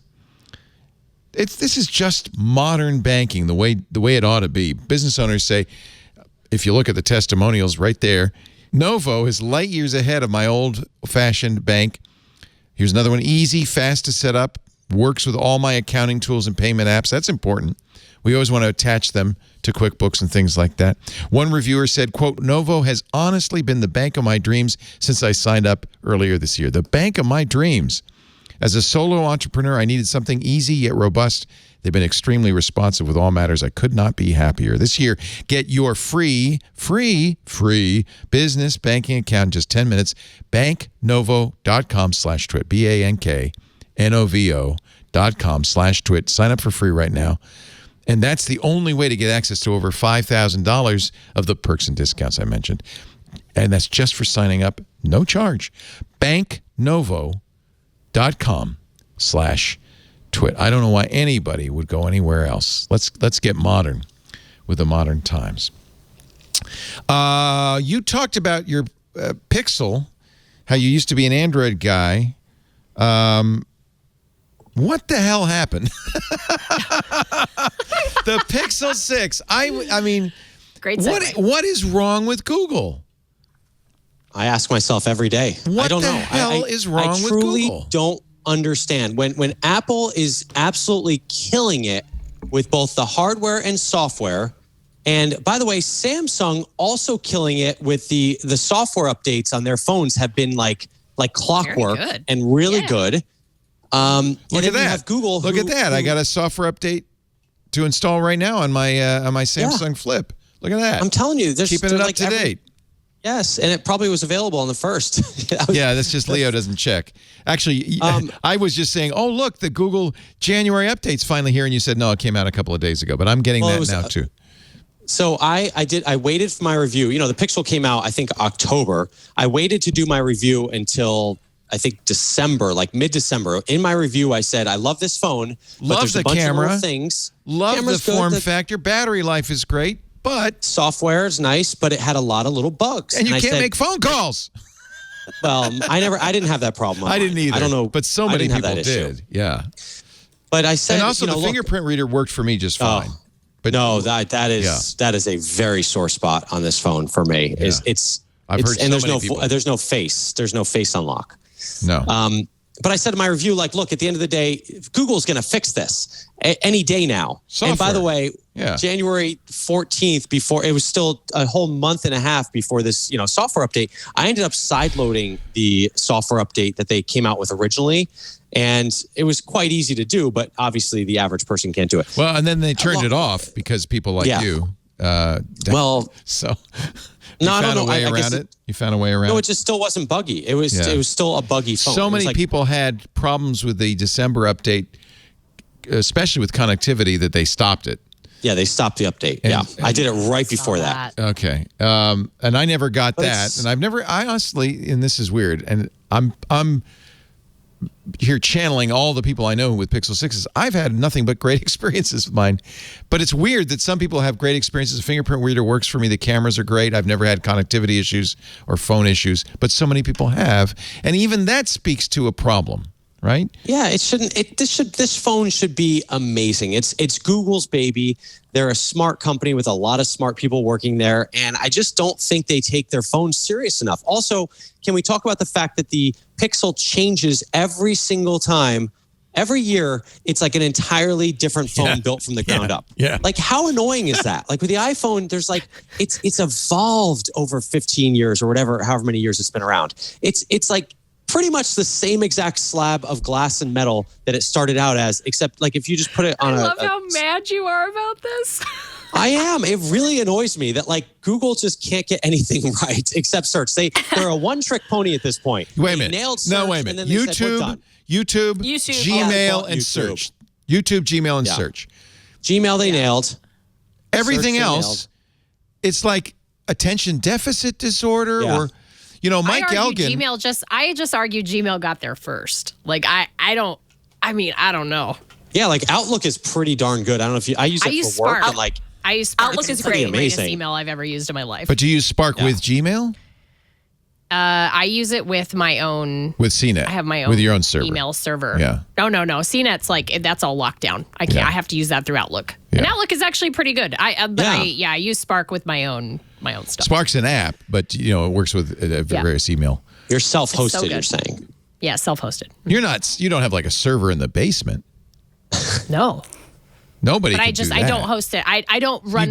I use Fastmail, for instance. Could you do that, Leo? Could you host like a pop email server? We had a sponsor, who makes a really cool device that is an email server. It works really well.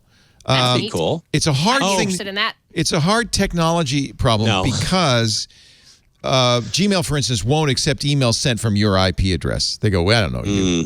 You're a spammer. Right. Oh, yeah. The spammers would get this thing. It's suspicious. Yep. So the way they have to do this, they support DMARC and the other authentication technologies. But the way they do it is you route the email through a server. It doesn't even look at your mail. It just is routing through IP addresses they've preconditioned to work with email services. So you need to do that. See. It's a good. Okay. It's a kind of a nerdy thing. Domain host. Mine just through my domain host. Your domain I use host. Hover, which was a Twit sponsor a long time ago. Hover's great. It's fantastic. Hover. I use all my. But by the way, one other thing that Google did do, they nailed, is Google Photos. But I will say I have a problem with that too, because once they got you in there, now they used charge. To be, Yeah, they charge you. The charging is fine. I don't mind paying because I love what they do. But here's the thing. You used to be able to sync your Google Drive to an external web, like a NAS server, and you could have your Google Photos inside there, and it would also sync. Now, they've shut off that functionality. So if you have photos in Google Photos, the only way to get them out is to do that Google Takeout. There's no way to sync that to that a sucks. third-party hard drive. You can't automatically sync it to a hard drive. Mm-hmm. That's ridiculous. I'm sorry. It's absolutely not acceptable. But I'll give them half a point for photos. So YouTube, Gmail, search, and half a point. I better be careful which finger I use for that. Half a point for photos. I think photos is actually pretty good. But photos you could search for anything in there and find a picture. But they did some bad things. Phenomenal. They bought Picasa, for instance, which everybody loved. It was a wonderful free Windows. Snapseed, too. Yeah, and then they destroyed it. Snapseed's still around. That's okay. But it's not. It's not the same as it was. So Mike Elgin, who's a regular on our shows, remember he was a big Google Plus supporter. He says, out and out, Sundar Pichai is a terrible CEO. Fair? I'll let Ashley touch that one. I was going to say that's a bold claim because I think that there are just a lot of people making maybe not great decisions. No, but that's his company. He runs the freaking company. Is he a visionary? Does he have a vision for this company? This is like my argument, right? Where it's like even Apple, I think, has this problem where it's like at the top, like Tim Cook is not a visionary. He's a guy who came up through supply chain. He's a really smart guy, but he's not a visionary. And I don't. But he has kept that company. Okay, maybe he's not inventing the next iPad or iPhone, but he is really, I think he's done an amazing job at that company. Done an amazing job. To step into those shoes. And maybe the smartest thing to do was just to keep the lights on and the wheels running because they had a flywheel and it was going great. So why mess with success? And I also argue that you could not have put somebody like a Johnny Ive or no, in fact, I think Apple got better when Johnny left. Yeah, I was going to say, I argue you could not have put somebody. Yeah. you could not have put somebody in that role after Steve died just by proxy if there would have been too many comparisons. And by making it Tim Cook, it was very easy for them to just sort of be like, well, I'm nothing like him. Yes. That was the end of that conversation. He said Steve told him on his deathbed, you should not be asking what Steve would do. You need to be your own guy. You need to run this company. But honestly, he's been a caretaker. Sundar Pichai is a very nice guy. I really liked him. Smart. He's smart. Nice. I don't think he's a leader. And I think that's the problem, is that you have a headless operation and everybody's doing their own thing. That happened at Microsoft. Let's not forget the days at Microsoft when every division was sniping at every other division, and you couldn't make Windows good because the Office division said that'll be bad for us. And who comes along but Satya Nadella? And I think everybody would agree he's the opposite of Sundar Pichai. He took a company, transformed it, pivoted it, and has done a brilliant job. Yeah, he's done a good job. Laser focused on it. Done a very good job. And I argue that I think that Sundar is really smart. I just don't know that he's the guy to run Google. Can we also get back to why the Pixel is a heap of trash this year? I tell you why. Sundar Pichai. That's why. Sundar Pichai. I would listen to you, Rich, talk about this all day, by the way. Have you tried to hold this thing in your hand, how big it is? It's big. I like a big phone. I like big phones. This is too big. This is too. And what are you? So if they have how tall are you, Rich? Which is great. How tall are you? I'm 6 feet. I have big hands. I've got big feet. And you think that I'm a little guy and it fits my hands just fine. What are you talking about? Oh, I got how much bigger is that phone compared to the Pro Max? Like how much bigger is it? Put it side by side. Pro Max feels better in your hand because it's got square edges and it's not rounded. Look, Google, just hire me to make the next Pixel. I will make this phone the best-selling phone in America. I kind of disagree with you on that. This is a beautiful phone. Here it is side by side. It's the same size. It's very close. You can hold the iPhone easier because the edges don't go off to the, they don't go. The rounded screen, people have complained about the rounded screen. It's a nightmare typing. You try to type with 2 fingers on it, you're messing up the entire time. You have to go to voice typing. But don't you put a case on it? Everybody should just have a case. But it's still tough to use. I'm telling you, I test every single phone out there, and the Pixel is the phone I look forward to the most. Well, you're not alone. Marquez Brownlee, who also tests every phone, announced this week, he said, I'm finally taking the SIM out of my Pixel 6, putting in a Samsung S21 Ultra. The Pixel 6 is just too unreliable. And he put it right back in the Pixel as soon as that software update came out. So believe me, did he? He put it in the S21 Ultra for like 2 minutes. Well, are you kidding? I didn't see the update. He went back to the Pixel 6? Of course he did. Oh, Marquez. Look, he's a Pixel guy. He's a Pixel guy. He used the S21 Ultra until he needed to, to get through to the Pixel. Yeah. And then he went back. He made this big tweet. And then Google came out with the update literally 48 hours after his tweet. Oh, I didn't know that. Oh, that's hysterical. Oh, yeah.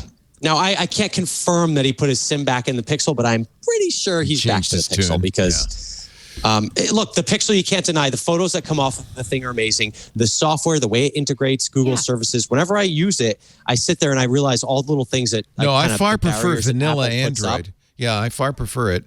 Gosh, but I'm with you. I'm heated about this stuff. The experience with the iPhone, as much as I don't like the walled garden, is a much more consistent, reliable experience. It's always which is a little why, like Siri every year is consistently bad. Stupid. Yeah. Like I'm going to get a terrible Siri experience. Like I know the voice it's going to text on iPhone is getting to be laughably horrible because it doesn't like Google. Let me give you one example of Google how they do voice to text. So if you're standing in front of a restaurant that has a specific name and you say, "Hey, meet me at John's restaurant," right? Yeah. Google knows from your location when you're using voice that you are in front of that restaurant. It says, "Oh, they mean John's restaurant right here." Right. I'm not kidding. When I say meet me at whatever, it'll be like navigating to Las Vegas or like John's restaurant in Las Vegas. I'm like, no, I'm standing in front of this restaurant because Siri doesn't use those cues that Google does. Siri can't. Things like that. Apple's respecting your privacy. Yes. Right. She doesn't have the information to do that. Did you guys see the thing about the reason why the iPhone keyboard, the autocorrect has been the predict has been so bad? No. Have you seen this? No. This is I have. Okay, but it has been bad. Christina, please. The size, everything. Why is the iPhone keyboard so bad? What is happening here? They've been taking they've been like crowdsourcing it. They've been like taking everybody else's type. Yes. They've been taking everybody else's typos. Yeah. Wait, what? They've done like a Grammarly. It's terrible. So basically, all the terrible ways. They're using. In other words, they're using my corrections and adding it to the database, not just locally, but to everybody else is using. Yeah. They're crowdsourcing the autocorrect. Right. I thought Apple doesn't do stuff like that. So we did too. Okay. So this is a tweet that I saw. I've been sending this to friends because they've been complaining about me, or complaining about the text messages, but probably complaining about me too. But this is from Steve Troughton-Smith, who is expert on this stuff. Yep. He says, Apple really, this was on the 9th of December, so this is last month. Okay, I missed this. Apple really needs to throw out its crowdsourced machine-learned autocorrect system entirely. Autocorrect used to learn from everything I typed. Now it interjects with typos and weirdisms from random internet users. It's been a complete train wreck since they introduced this stuff. Yep. That makes sense because people would say, why would it replace that word with this word? Why would I ever want to type Every time that I word? say, hold on, I say, let me try that for a sec. It always changes it to sex. So are people talking about sex on their phones? Is that what's happening? On the internet, certainly. On the internet, absolutely. Yeah, no, but this is every what's time. happening. Have you ever tried to send a business text to someone and it changes the word at the last second and you're like, no. Yeah, if it's the last word, you're right. This is the most annoying thing, and also it just has no context. Like that's the thing. That's what I'm saying. That's what I'm saying. I'm not kidding. Why would I write Ashley? Why would I write hell go tomorrow? No, he'll go tomorrow. Like Apple, this is not hard.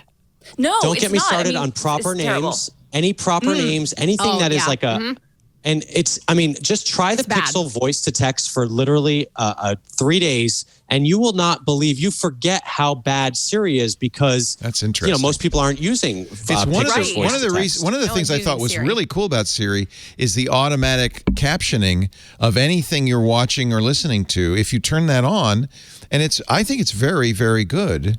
Well, that you mean stuff Pixel? is. Yeah, the Pixel, yeah. Okay, sorry. You said Siri. Yeah, oh, no, I'm the sorry, Pixel thing. Pixel. No, the Pixel Siri's thing is really terrible. good. Yeah, no, I was going to say, Google, I'm talking about. If you're trying to learn a new language from Siri, oh my, you know how people watch with closed captioning? Oh no, you'll get accidentally.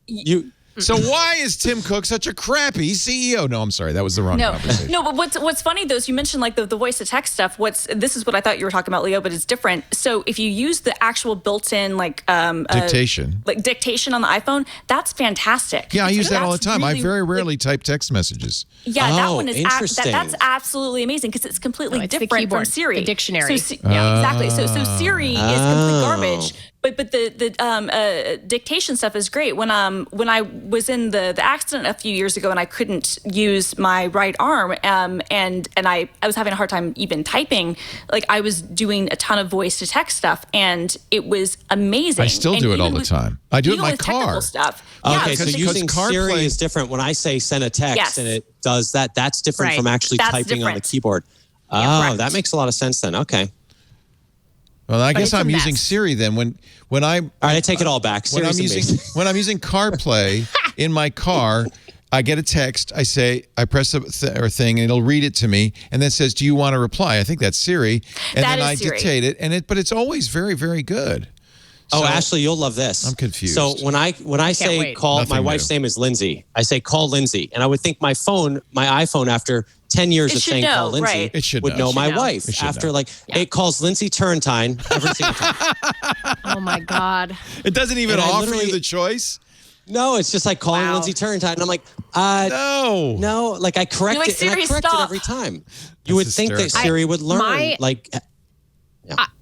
My Siri. This is my favorite Siri story. Whenever I tell Siri to call my sister-in-law, her last name is Demizio, and also a lovely Italian name. Well, now it's my brother's last name because they got married. Sounds like she's in my family. But every time, it's like it literally writes out calling her first name, the Meat CEO. In what universe would that ever be a thing? Did you see? Well, if you were the CEO of Domino's, maybe meat. a I'm meat the CEO of meat. In a tangentially related story, NASA is putting Amazon Echo into its Artemis spacecraft. Terrible idea. It's going to blow up. Don't do it. Here is, turn up my sound, John, an example of what you can expect in the Artemis spacecraft. Searching for cod recipes online. Open the pod bay doors, please, Hal. Sorry, I can't find anyone named Rod K. More in your contacts.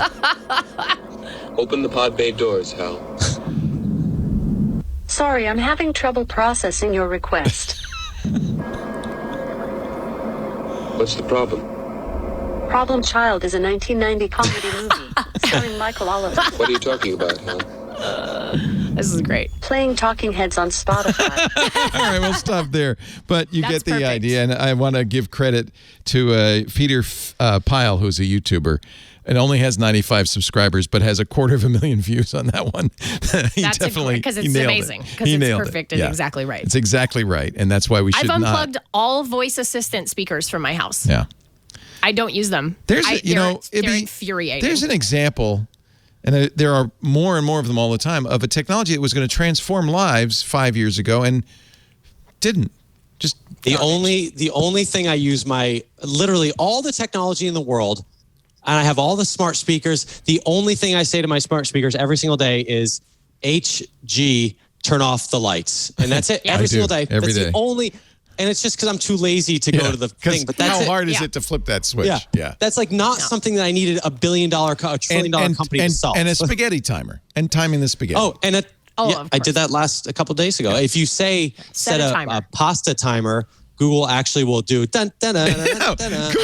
Google has really one-upped Amazon's Echo on that. Yeah. I have a Google, a Siri, and an Echo in every room, all three of them. Oh, wow. So I could say Echo, but instead I do because Google, like when you say set a chicken timer for 40 minutes for the roast chicken, it'll go buck, buck, buck, buck. And it's kind of fun. I admit, it's stupid, but it's fun.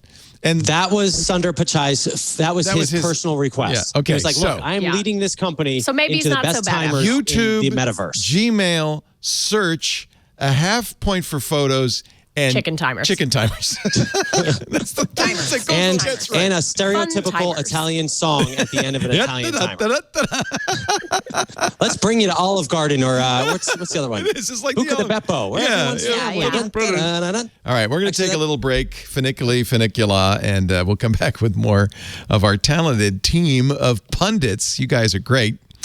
I'll tell you, if you've got an iPhone or an Android phone, the carrier you want is not one of the big three names. It's Mint Mobile. More and more people are discovering how great Mint Mobile is. If one of your goals for this new year is to save money, every time I look at my cell phone bill, I think, why am I paying? Same thing with my cable bill. But why am I paying so much money? Well, you need to switch to Mint Mobile. When I look at my Mint Mobile bill, I go, $15? What? That's all? How does it do it? They're the first company to sell premium wireless service online only. No stores. Saves them money, which means it saves you money. Mint Mobile lets you maximize your savings with plans starting at just $15 a month. And for most people, 4 gigabytes of data a month, unlimited nationwide talk and text, $15 a month is the deal you want. If you want a little more data, you can get it. It's still the lowest cost choice out there. It's premium wireless service on the nation's #1 largest 5G network, T-Mobile. And it is fantastic. You can bring your own phone. Mint Mobile will send you a SIM free. The other guys even charge you for a SIM, not Mint Mobile. If you want, you could port your number over. It's easy to do with Mint Mobile. If you use the same phone, nothing will change, except you'll be spending a third or less of what you used to spend. With Mint Mobile, you choose the amount of monthly data that's right for you. You stop paying for data you never use. You stop paying for those fancy stores and the ads and all of that stuff. Switch to Mint Mobile. They even have cheap ads. Get premium wireless service like this one, starting at just $15 a month. I am a huge fan. We've been using Mint Mobile. In fact, we like it so much we put some of our family members on it, the older family members. And it's a really nice thing to do for mom and dad, and it saves you money. They feel like you're big shot. Get your new wireless plan for just $15 a month. and get the plan shipped to your door for free. Unlimited nationwide talk and text. All the data you need. Go to mintmobile.com/twit. MINT, mintmobile.com/twit. Cut your wireless bill to $15 a month at mintmobile.com/twit. We thank them so much for their support. Okay, we've done 3 stories now. This is good. We're moving. Poor Jason puts together like 40 stories, 50 stories. Did you see the founder of Second Life is going back? I saw that. I mean, look, this is his time to shine, right? Like the metaverse is becoming a thing, and NFTs. There's a way people could make Second Life in NFTs. I don't want to think about it, but there's a way that it could happen.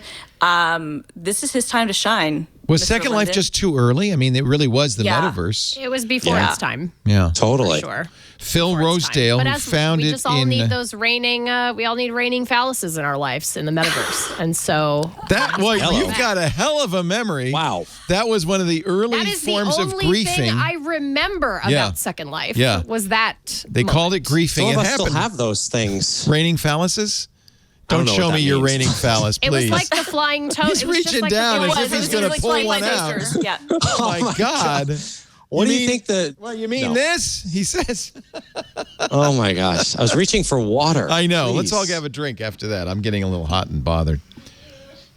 Oh, my God. It's the only thing I didn't get into Second Life. That's the only thing 2003, Philip Rosedale founded it. You had an avatar. Computers weren't up to it, so it was kind of chunky. It was janky. And then it was janky. But you could build. There was a whole building community. You could sell stuff you built. There was a whole internal economy. The first Roblox, if you will. There was Linden. Yeah. There was Remember when people were building like everything in Second Life? It was like Starbucks has an outpost in Second Life. There were concerts in big businesses. I remember. Just like Fortnite. It was just like that. It was like embassies. Embassies. Yeah, embassies. The countries would open their consulates in Second Life. Mm-hmm. My aunt who worked at the CDC, like they were trying to do something in Second Life. I remember that because I remember her asking me about it, and I was like, "This is a really weird thing." They're like, would a virus work in Second Life? Well, but they were like, well, maybe, because they thought that it was going to be the digital meeting space. They thought people were actually going to congregate there to learn about things. Like they thought it was going to be the same stuff that people tell us the metaverse is going to be, which I don't believe any of this is ever going to be a thing, to be completely candid. What? But oh my gosh! People congregated there, but I'll tell you right now, people congregated there, but it wasn't to learn about stuff. Right, that's what I mean. Like towards the end, actually, and it's still around, so I don't but as it started to the end of its popularity. Yeah, as it started to degenerate, you could buy different outfits, including nude suits, so that you would look like you were naked. And then they were just struggling towards the end. Yeah, and it would be like, no, well, come on, sex is going to take over from the beginning. It like. Always these things. The porn industry always drives technology. We know 100%. Yeah, but can you imagine a worse experience than kind of a clunky avatar dressed in a nude suit, and you're just doesn't seem like much fun. I mean, The Sims is probably one of the most enduring franchises, again, the last 20 years. Right. And there's a ton of Sims mods, and The Sims is still great. Sims 4 hasn't been, when did that come out, Ashley? Like 7 years ago? I mean, it might even be more now. Time might even be more than that. I don't have any concept of time anymore, so could be 10. So, right. So The Sims is still insanely popular. The modding community of that is huge. Yep. Second Life was just like, okay, so Sims is teenage girls, and like Second Life was men in their 40s. Do you remember? You want to make a metaverse? The Sims, all you need to do is just make The Sims like VR. Honestly. Totally. The end. We did it. I think everybody should only speak in Simlish if you're in the metaverse. I would totally just speak in Simlish, 100%. Only. I would never speak in any other language. And my hunger gauge, my angry gauge would be mostly full all the time, and my hunger gauge would be like mostly empty.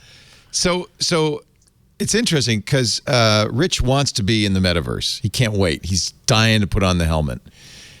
Christina thinks it's never going to even happen, and you work for Microsoft, which has the closest thing we've got, which is the HoloLens. That thing they did, didn't they do like the meeting rooms or something? Like what were they called? I don't remember, but like the Teams thing, I saw it. And can I just give you like the Burning Man vision thing, where I think this is where I see just just one little thing that I think is going to be huge. Okay, so you know how you're researching like a hotel for like a resort you want to stay at, right? Like somewhere exotic. What do? You flip through TripAdvisor, you're looking at pictures. It's like the worst pictures you've ever seen of that hotel. It's like if you want to see one room like of the hotel, they take a picture from like the worst angle of the room and you're like, wait, that doesn't show me anything. So my idea, just one small part of the metaverse, is going to be Hilton hotels, Marriott hotels. Every hotel is going to be mapped virtual for VR, and you just put on your Oculus and you just walk into the hotel and see what it looks like. You see the view. You can walk upstairs, see what the room looks like. You can kind of do that now. I mean, there's 3D, 360 images. But I'm into this. I had when we were allowed to travel, I had a fairly popular Instagram stories thing that I would do of Christina's hotel tours, where I would just tour the hotel rooms I would go into. It was remarkably popular. Probably one of the most popular things I've ever done. Shockingly, like I had people who didn't even know me from other ways. I was like, "Oh, I love your hotel tours." I'm like, okay. Would you walk around? You do your room, and then you'd walk around and show the lobby and all that. Is that what you would do? No, I would basically just walk into the room. I would do like a tour of what things were like, and kind of show the whole thing and give my thoughts on where it was. I don't know why people liked it, but they did. So to Rich's because point, you can't get it. Right. I mean, people. I would watch that like before I were booking a place. I would like to know what it actually looks like. If I would strap on a VR helmet to like find out, is the room I'm going to be in actually going to be good? But that's an app. I would do that. Imagine walking through it though, but I'm saying like, no, but what about walking through, you want to walk the cobblestone streets of Paris before you visit. I mean, and yes, there are ways of doing this. Yeah, but like tourism and stuff. I think AR and VR are real, to be clear. It's just not the metaverse. When it's all together and it's like, just like whoever has the killer app for walking through cities. It'll be fragmented, but it's going to be a thing that you can do. Right, but then it's not a metaverse. But then it's not a metaverse. That's my argument. Well, how do you define what the metaverse is, I guess? Well, so Facebook's vision of a metaverse, so this is the reason we're all talking about it now, is that, they're going to provide the sort of framework for everybody to build their own thing that is all interconnected, interop, and that you're going to be able to kind of like go seamlessly from one thing to the next, like in a perfect metaverse or whatever. But they provide the framework. Correct. They provide the framework. And here's the problem with that, is that we're already seeing that the FTC is already investigating. There have been news stories about the FTC investigating Facebook's acquisitions of all of these little VR companies, little AR companies, because they're trying to, once again, just like they did before, they started getting in trouble, just like they did with WhatsApp and Instagram, they're trying to snap up and kill all the oxygen in the room, all competitors, so that they can be the monolith. And I don't think the FTC is going to let that happen again. Like, I just don't. And no, I agree. And I don't think it's Facebook controlling this thing. No. But that's what I'm saying. It's like, it can't be a metaverse, like in the traditional sense of the way that we're presented with it in books like Snow Crash, where it originated. Like, it's a fully operational, matrix, basically. It's the matrix. And so I argue that we will never see that because companies are too greedy. No one is going to want to share their experience if they feel it's really amazing. They want to own the platform. And so we're just they're all going to fight with each other. This is these are the real franchise wars in Demolition Man. It's not the fast food ones. It's this right here. Do you think we would be even fighting about it? Talking about this or at all interested in this if it weren't for COVID and climate change and wildfires and earthquakes and tornadoes and volcanoes and tsunamis? Do you think so? It's really we want to retreat from this and we want something. I think so. Yeah. I think so. I think it's a natural evolution. Didn't we all, I remember when I was, 12 years old at the LA County Fair, paying $20 to strap on a headset and stand in a little ring and spend 15 minutes walking around in blocks, literally just like polygons. And the amount of people that got Oculus over the holidays is unbelievable. It was the number one app installed on iPhones over Christmas. I don't think Facebook has revealed sales numbers, but they are selling this thing like crazy. And I had people come up to me, they're like, Rich, this is unbelievable. And yes, VR is very tough to cover for TV because it's like you just get this thing of like, but like the reality is every single story I've done with VR where I see stuff and I'm in this world and it is it is so amazing, and we're just at the beginning. So, like I said, that one little app that I had is just one thing. But like, imagine on a Friday night, you can just walk into a bar and sit there with your friends, and like you're in different places. And I get it, we still want to do this stuff in person, but the reality is not everyone wants to do that in person, and not everyone's. There's going to be another place to do that. Like, it's just going to complement our real world. Not everyone can. Exactly. Yeah. Oculus was downloaded 1.3 million times globally between December 21st and 27th, a 363% increase. Clearly the big gift of four the people holidays. in my family. Yeah, it was a huge gift this year, this holiday. It was wild. Yeah, I've heard from a ton of people who got it or got it for people. But it was because of COVID-19, right? It's because we've been in lockdown. We're all trapped. Yeah, we're trapped. Yeah. I think it was also it was the right time, and it's also the right price. I think the price came down to a point where people said, okay, and it doesn't require like other equipment. And so they're just like, all right. But to your point, you have to have a Facebook account to use it. I mean, it really is. Which is why I don't have one. Me neither. It's talk about lock-in. I can't. I don't have a Facebook account, and I'm not going to set one up just to use Oculus. And by the way, if you make a fake account and they catch you, you're banned from Oculus. Yeah, you're just banned from Oculus. So I just... Well, you need an Apple account to use iMessage. No, I know. It's all about platform lock-in. And it's all about dystopia, because if it weren't for dystopia, I've pointed out this before, but every single example of the metaverse, whether it's Snow Crash or Ready Player One or a cyber... It's all bad. It's Neuromancer. It's always a dystopia that people are trying to escape from. Yeah. It's always a nightmare scenario. You don't want to live in that world, so you go to this fake world, which I think we're years from it being even close to... Look, every single time they talk about it, you have to have some way of simulating touch and smell and movement. Look at that crazy thing they have in Ready Player One so that he can run. I mean, come on. Well, but you think about like, Peloton's but if you look at something like gaming, I wouldn't be surprised. Like if you look at something like gaming, like you look at, it's 2022. In 2000, we were playing Dreamcast games and Nintendo 64. And we were happy. And we were happy. It was fine. But I think about how far we've come in that time. That's a very short amount of time in the way of innovation. And I argue that like my kid in 20 years, like I can't even begin to wrap my brain about what he's going to be playing as games. Will be much more vivid. Although, if you think about it, why did you keep playing Animal Crossing?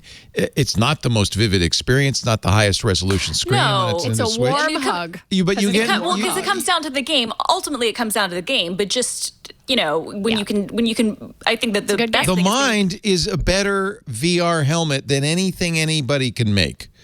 Your imagination.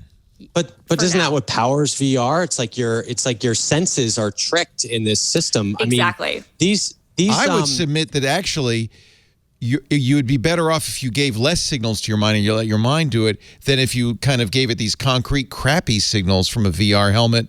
Well, maybe we just open a book Breaking and read news. It. And just, news. imagine. Leo Laporte endorses microdosing. Oh, hey, you know what? If you can, actually, I've been looking for a way to get some. Is that legal, by the way? It's not legal. I don't know.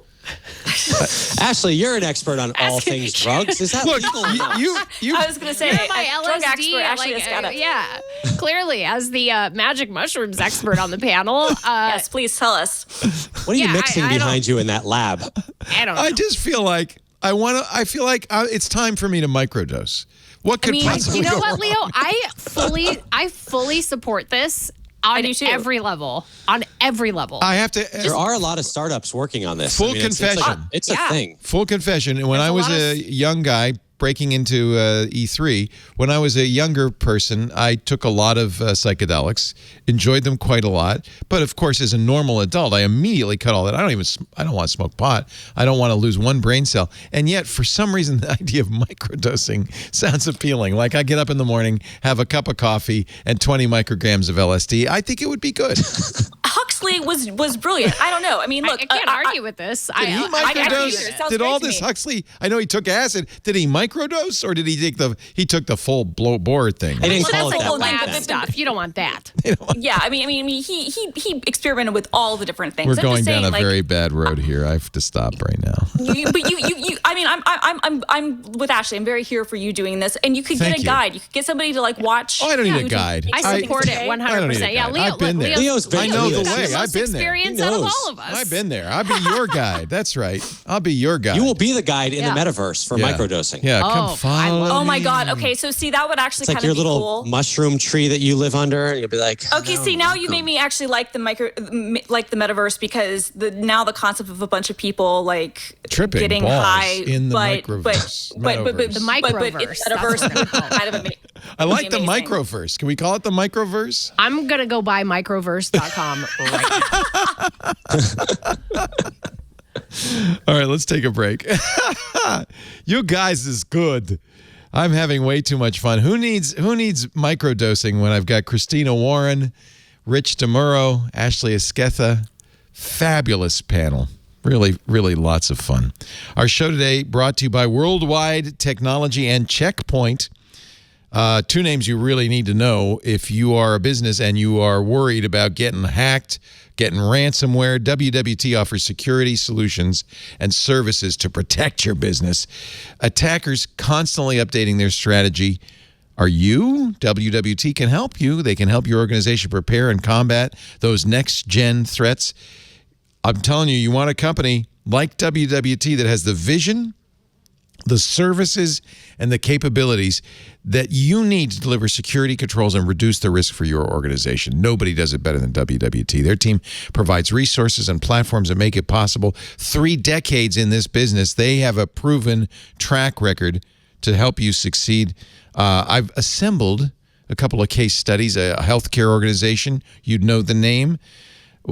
They were ready to move to an electronic health record technology. They had the good sense to go to WWT to help them do it, to make sure it was secure. They had to, right? You've got HIPAA. You've got all sorts of security issues with electronic health records. Those WWT consultants come in. They use their expert knowledge. They use state-of-the-art tools. They used in-depth analysis. And they even went so far as to training and repetition with the staff. They did a full assessment. They found 90% of the vulnerabilities they found could be fixed just by putting in a comprehensive, systematic approach for patching. They made it possible for this healthcare organization to safely, securely, efficiently move to electronic health records. That's the kind of team you want. They fire on every cylinder, whether it's risk management, endpoint security, network security, identity and access management, cloud security, all the areas these days your company needs to excel at. But the good news is you don't have to do it alone. You've got a great partner. And those are the words I hear every time. Great partner with WWT. See how WWT and Checkpoint can protect your business assets and your intellectual property with a holistic security approach. They know business. They love business. They will help you make your strategy, your business strategy, and your technology strategy align. And they know that's got to both have to work together. Go to WWT.com/twit. Get started. Let Worldwide Technology help you enter this new era safe and sound and efficiently. WWT.com/twit. Worldwide Technology. Make a new world happen. Quick break. I think it'd be fun to check in with our editors. They have put together a little movie to celebrate this past week on Twit. Watch. Congratulations. We are celebrating episode 800 of the Mac Break podcast. I did get us a cake. Oh! It's just too much cake for someone who lives alone. Whatever I don't eat during this show or dinner tonight, I will freeze. Previously on Twit.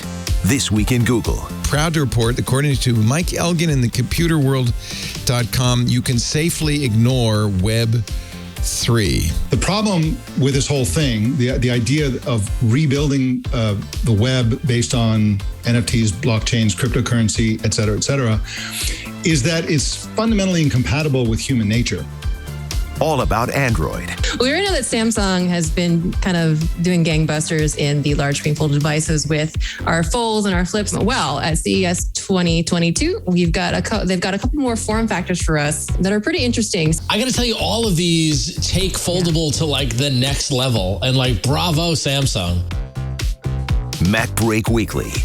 The LA police officers, when they decided to go after a Snorlax instead of responding to an armed robbery in progress at a mall, are still fired. They were charged with 1, failing to respond to a robbery in progress call, 2, making misleading statements to their sergeant, 3, failing to respond on the radio, 4, failing to handle an assigned radio call, 5, playing Pokemon Go while on patrol. Yeah, that's number 5. That's the 5th one on the list. Twit. Tell your boss it's job related. It is. It's job related.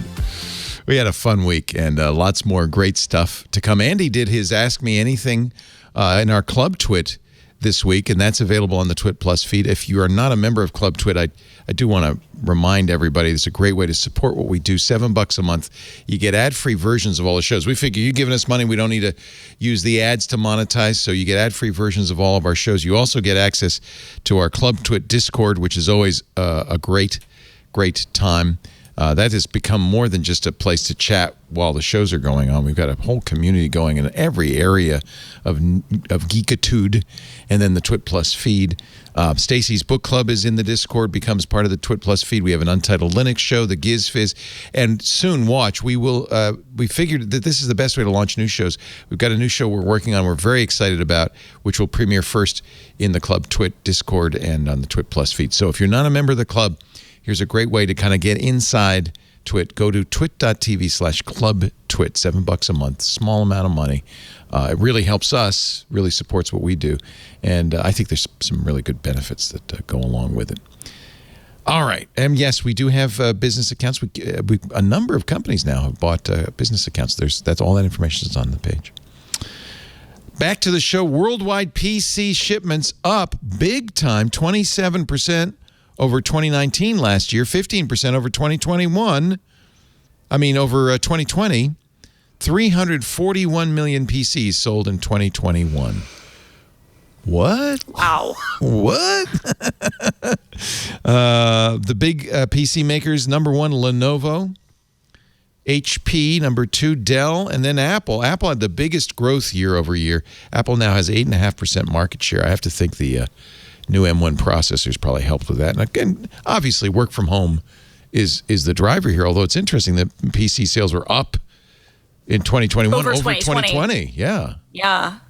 Well, okay, so you think about it, you had the M1 that really came out like the end of 2020, so that drove into the entire year. Yep. And these are a big deal because for a lot of us Mac users, we haven't had good laptops from Apple in years, and certainly there was probably pent up demand. I bet you. Yeah. I think so. Yep. But then you also had kind of the coalescence of kind of the thirst. Everybody wanted a graphics card, the rise of PC gaming because people couldn't get or even if people could get the newer consoles, PC gaming is really having a moment. The Ryzen processors again, fourth quarter of 2020, probably leading into 2021, bigger mobile chip improvements. So I think there's probably. I think it would probably be gaming, work from home, and pent-up demand. But that's my take. It could also just be FOMO, right? Like you can't get a processor, you can't get a chip, so everybody wants it. You know what I mean? You are crazy. You were talking in the chat room, sharing your techniques for getting an NVIDIA graphics card. Yeah. What is the deal there? What are you buying them for friends? I haven't in months because it's been very difficult to be completely candid. Like at this point, to try to get a graphics card is so hard. Still. Yeah, it's gotten worse actually. There's a line. The usual methods that you could do that Ashley and I used when we were building our rigs are over. And you used to just be able to tell people follow certain Discords, have notifications on Twitter and whatnot. Yeah. That's all gone. And at this point, what's the hot card everybody wants these days? A 3090 or? 3080 is what everybody wants. Yeah, the 3080 is really like that's what I have.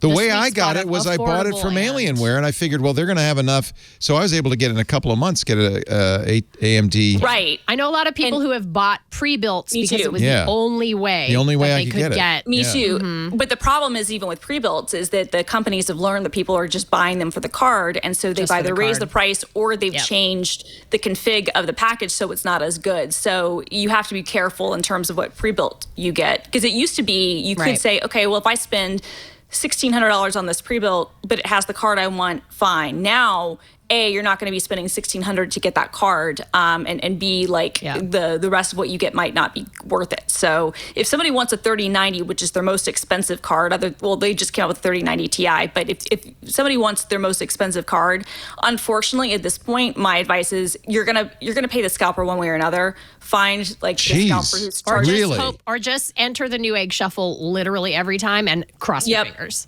And the problem with the shuffle, though, I've had friends hit the shuffle. I have too, I've hit the shuffle. The problem with the shuffle is many times they will make you get a bundle of stuff that then you don't want. So you have to. So either way, you're paying, right? So I mean, yeah.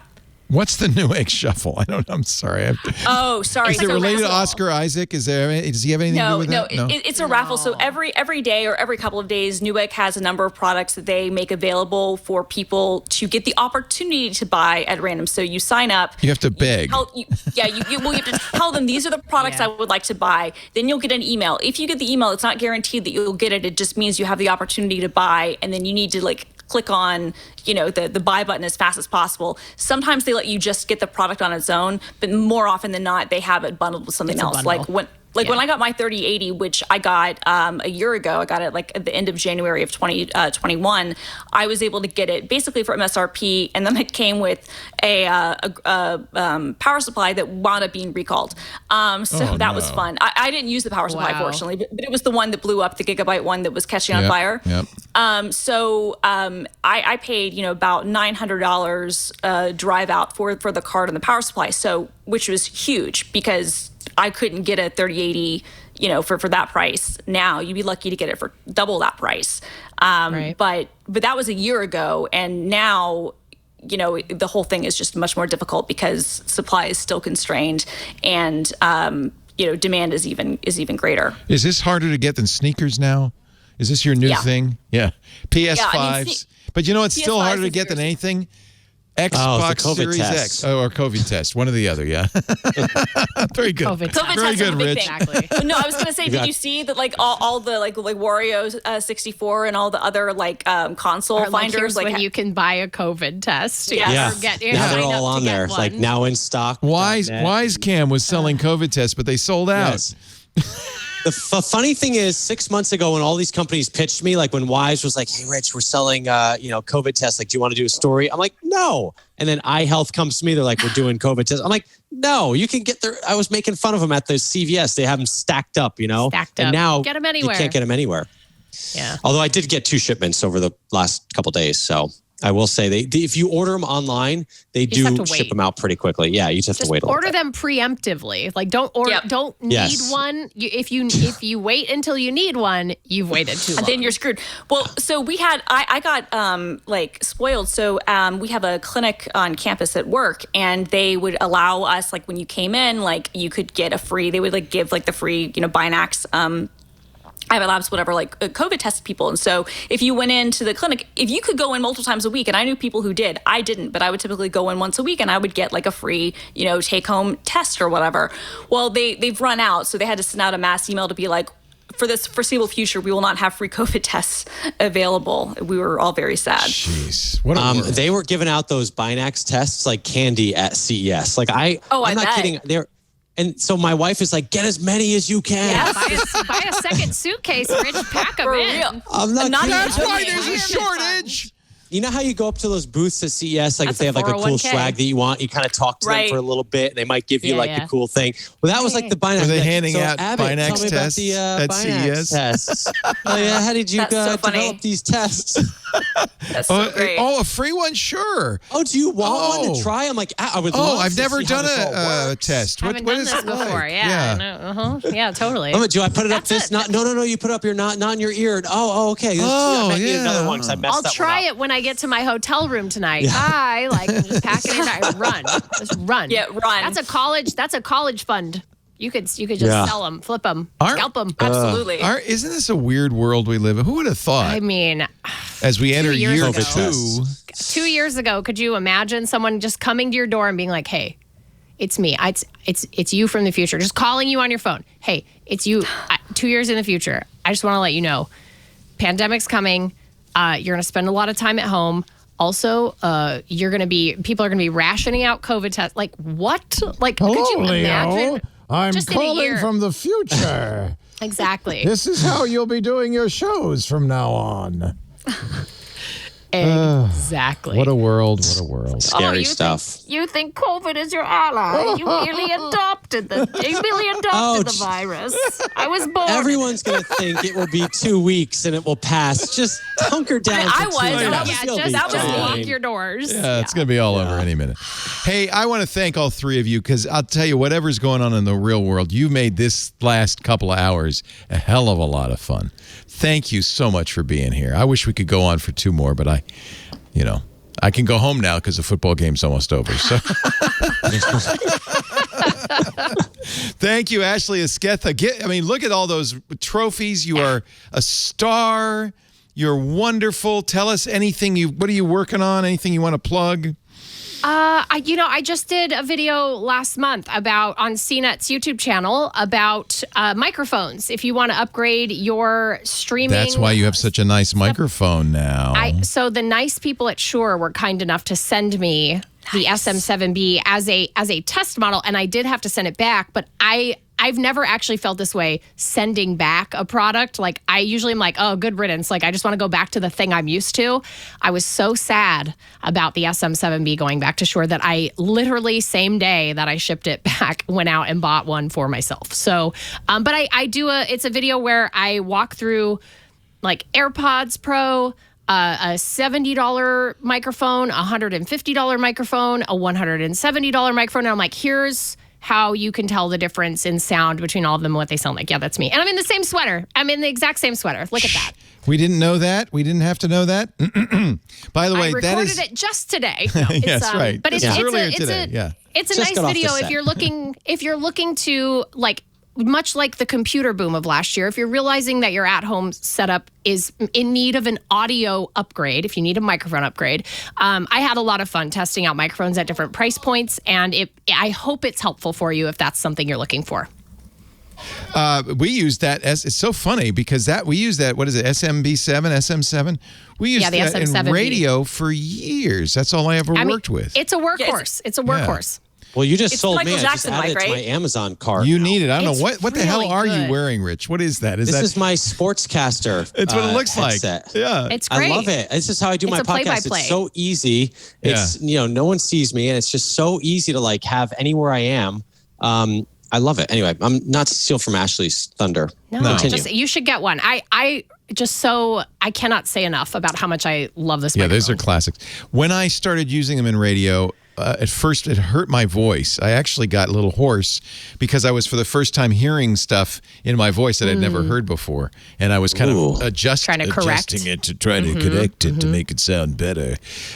So it's that good. It's a really... I have also found that I speak in lower tones with this microphone because I can hear... You don't need to project at all. It's a very good mic. I know this is like a very sexist thing to say about myself, but I have been told that I can be very shrill. And so some people on the internet have maybe said that about me. Screw them. What the hell do they know? I mean, look, I don't really care. It's neither here nor there. But like in some situations, they have not been wrong. And so this has actually been a very nice upgrade for me. So you should always talk like this. I hate it when people Ashley, say that. you've made a living on the internet now for years. I've made a living being shrill. Look who's talk. I mean, give me a break. So I think people don't mind the sound I hate of your voice. fake voices. No. We started watching The Witcher, and I don't know why Henry Cavill is talking like this all the time, but I really hate it. It's for the ladies, Leo. It's not. Oh, It's not. really? Honestly, you like it? It's absolutely not for you. It gets you going? No, it is not. Yeah?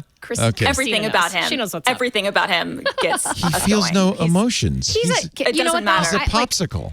He doesn't do it for me because he's just a dork. And like He is, but I love it doesn't him matter for how that. attractive he is. Like I'm just like, oh, you just seem like such a dork, like such a dweeb to hang around, man. Like I don't know. I married someone who was like a Viking who like plays. He's a musician. And That's like, what you cool. want. You want a hipster. That's what I want.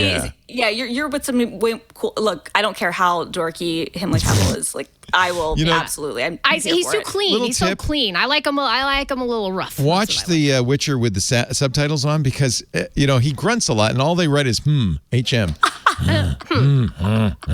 Annoyed grunt. I like that, actually. That's funny. I'll have to do that. That's a good. Ashley, that's a lot of good tips on this show You tonight. rock and roll. I think it's wonderful. It's been so long since we've seen you because you've had a baby. You've had stuff to do.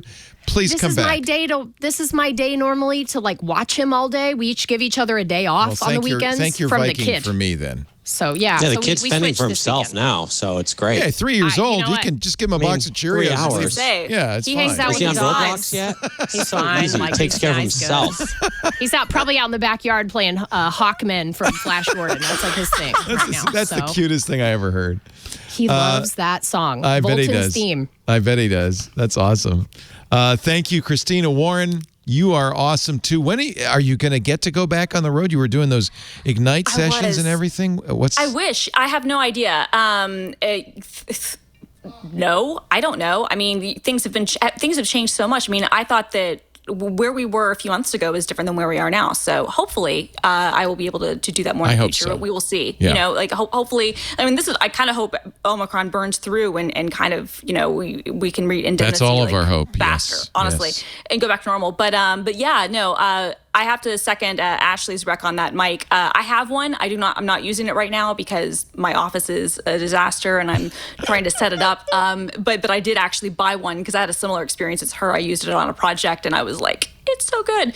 So secondary You're using a plus Rode, one on it that. looks like. Is that a Rode? I'm using a Rode, which is fine, but fine. the SM7B is just way better. But so but I do want to plug, we just brought it back. Actually, it's a new show that I'm doing on the Microsoft Developer YouTube channel. Every Friday it comes out. It's called The Download with Christina Warren, and it's basically kind of a rundown of the latest things happening in the developer news space, in the developer space every week. So youtube.com/Microsoft Developer is where you can see episodes of that each Friday. Nice. Congratulations. Thank you. That'll be fun. That's I'll start watching that. That's great. Yeah. Really good. Thank you, Christina. Great to see you. Thank you. Great being here. And we want to thank Desi Arnaz in the shape of Rich DeMuro for joining us. He kind of does look like Desi, actually. RichOnTech.tv. Anything you want to plug, Rich? My podcast is called Rich on Tech. It's where I talk, about, I basically answer questions that people send me. So, obviously being on TV, people send me questions about technology. So I answer those every week. DM him on Instagram. He loves it when you do that. Oh, I do. I forget about it. Email's the easiest, honestly, but I'll take the DMs. But Instagram is my favorite. I'm at Rich on Tech on Instagram. I post a lot of cool stuff. It's funny because it was like 2 years of, I used to, post a lot of cool like tech videos. And then it's like without going to things, it got a lot tougher to do that. And now at CES, I feel like I got my groove back. You know what I mean? Like I'm posting massage robots and little, remote-controlled cars and like robots. Here's a pen sterilizer. I think everybody needs a pen sterilizer in their life. This was my favorite, the pen sterilizer. You put the pen in the top, it spits out a clean pen on the bottom for just a small price of $750. This is your very, very favorite thing at all of CES.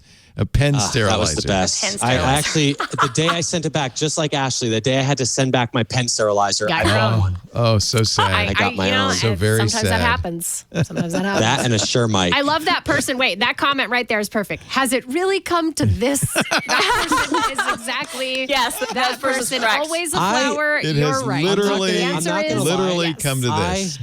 I live for the comments on my social media. I mean, it's like Facebook is the most negative. Like literally, I can post a picture of like a cat like trailing a baby in like a red flyer wagon, and it's like, really? Would a cat do that? It's like, come on, they have better things to do. And then like Instagram will be like a little bit nicer, and then Twitter is just, no, you don't even know what you're going to get there. You don't have to go in the boring tunnel. Just go to Rich's boring tunnel videos on Instagram, and there you go. There it is, the best video. That's awesome. Thank you, Rich. Thank you, Ashley. Thank you, Christina. You guys rock.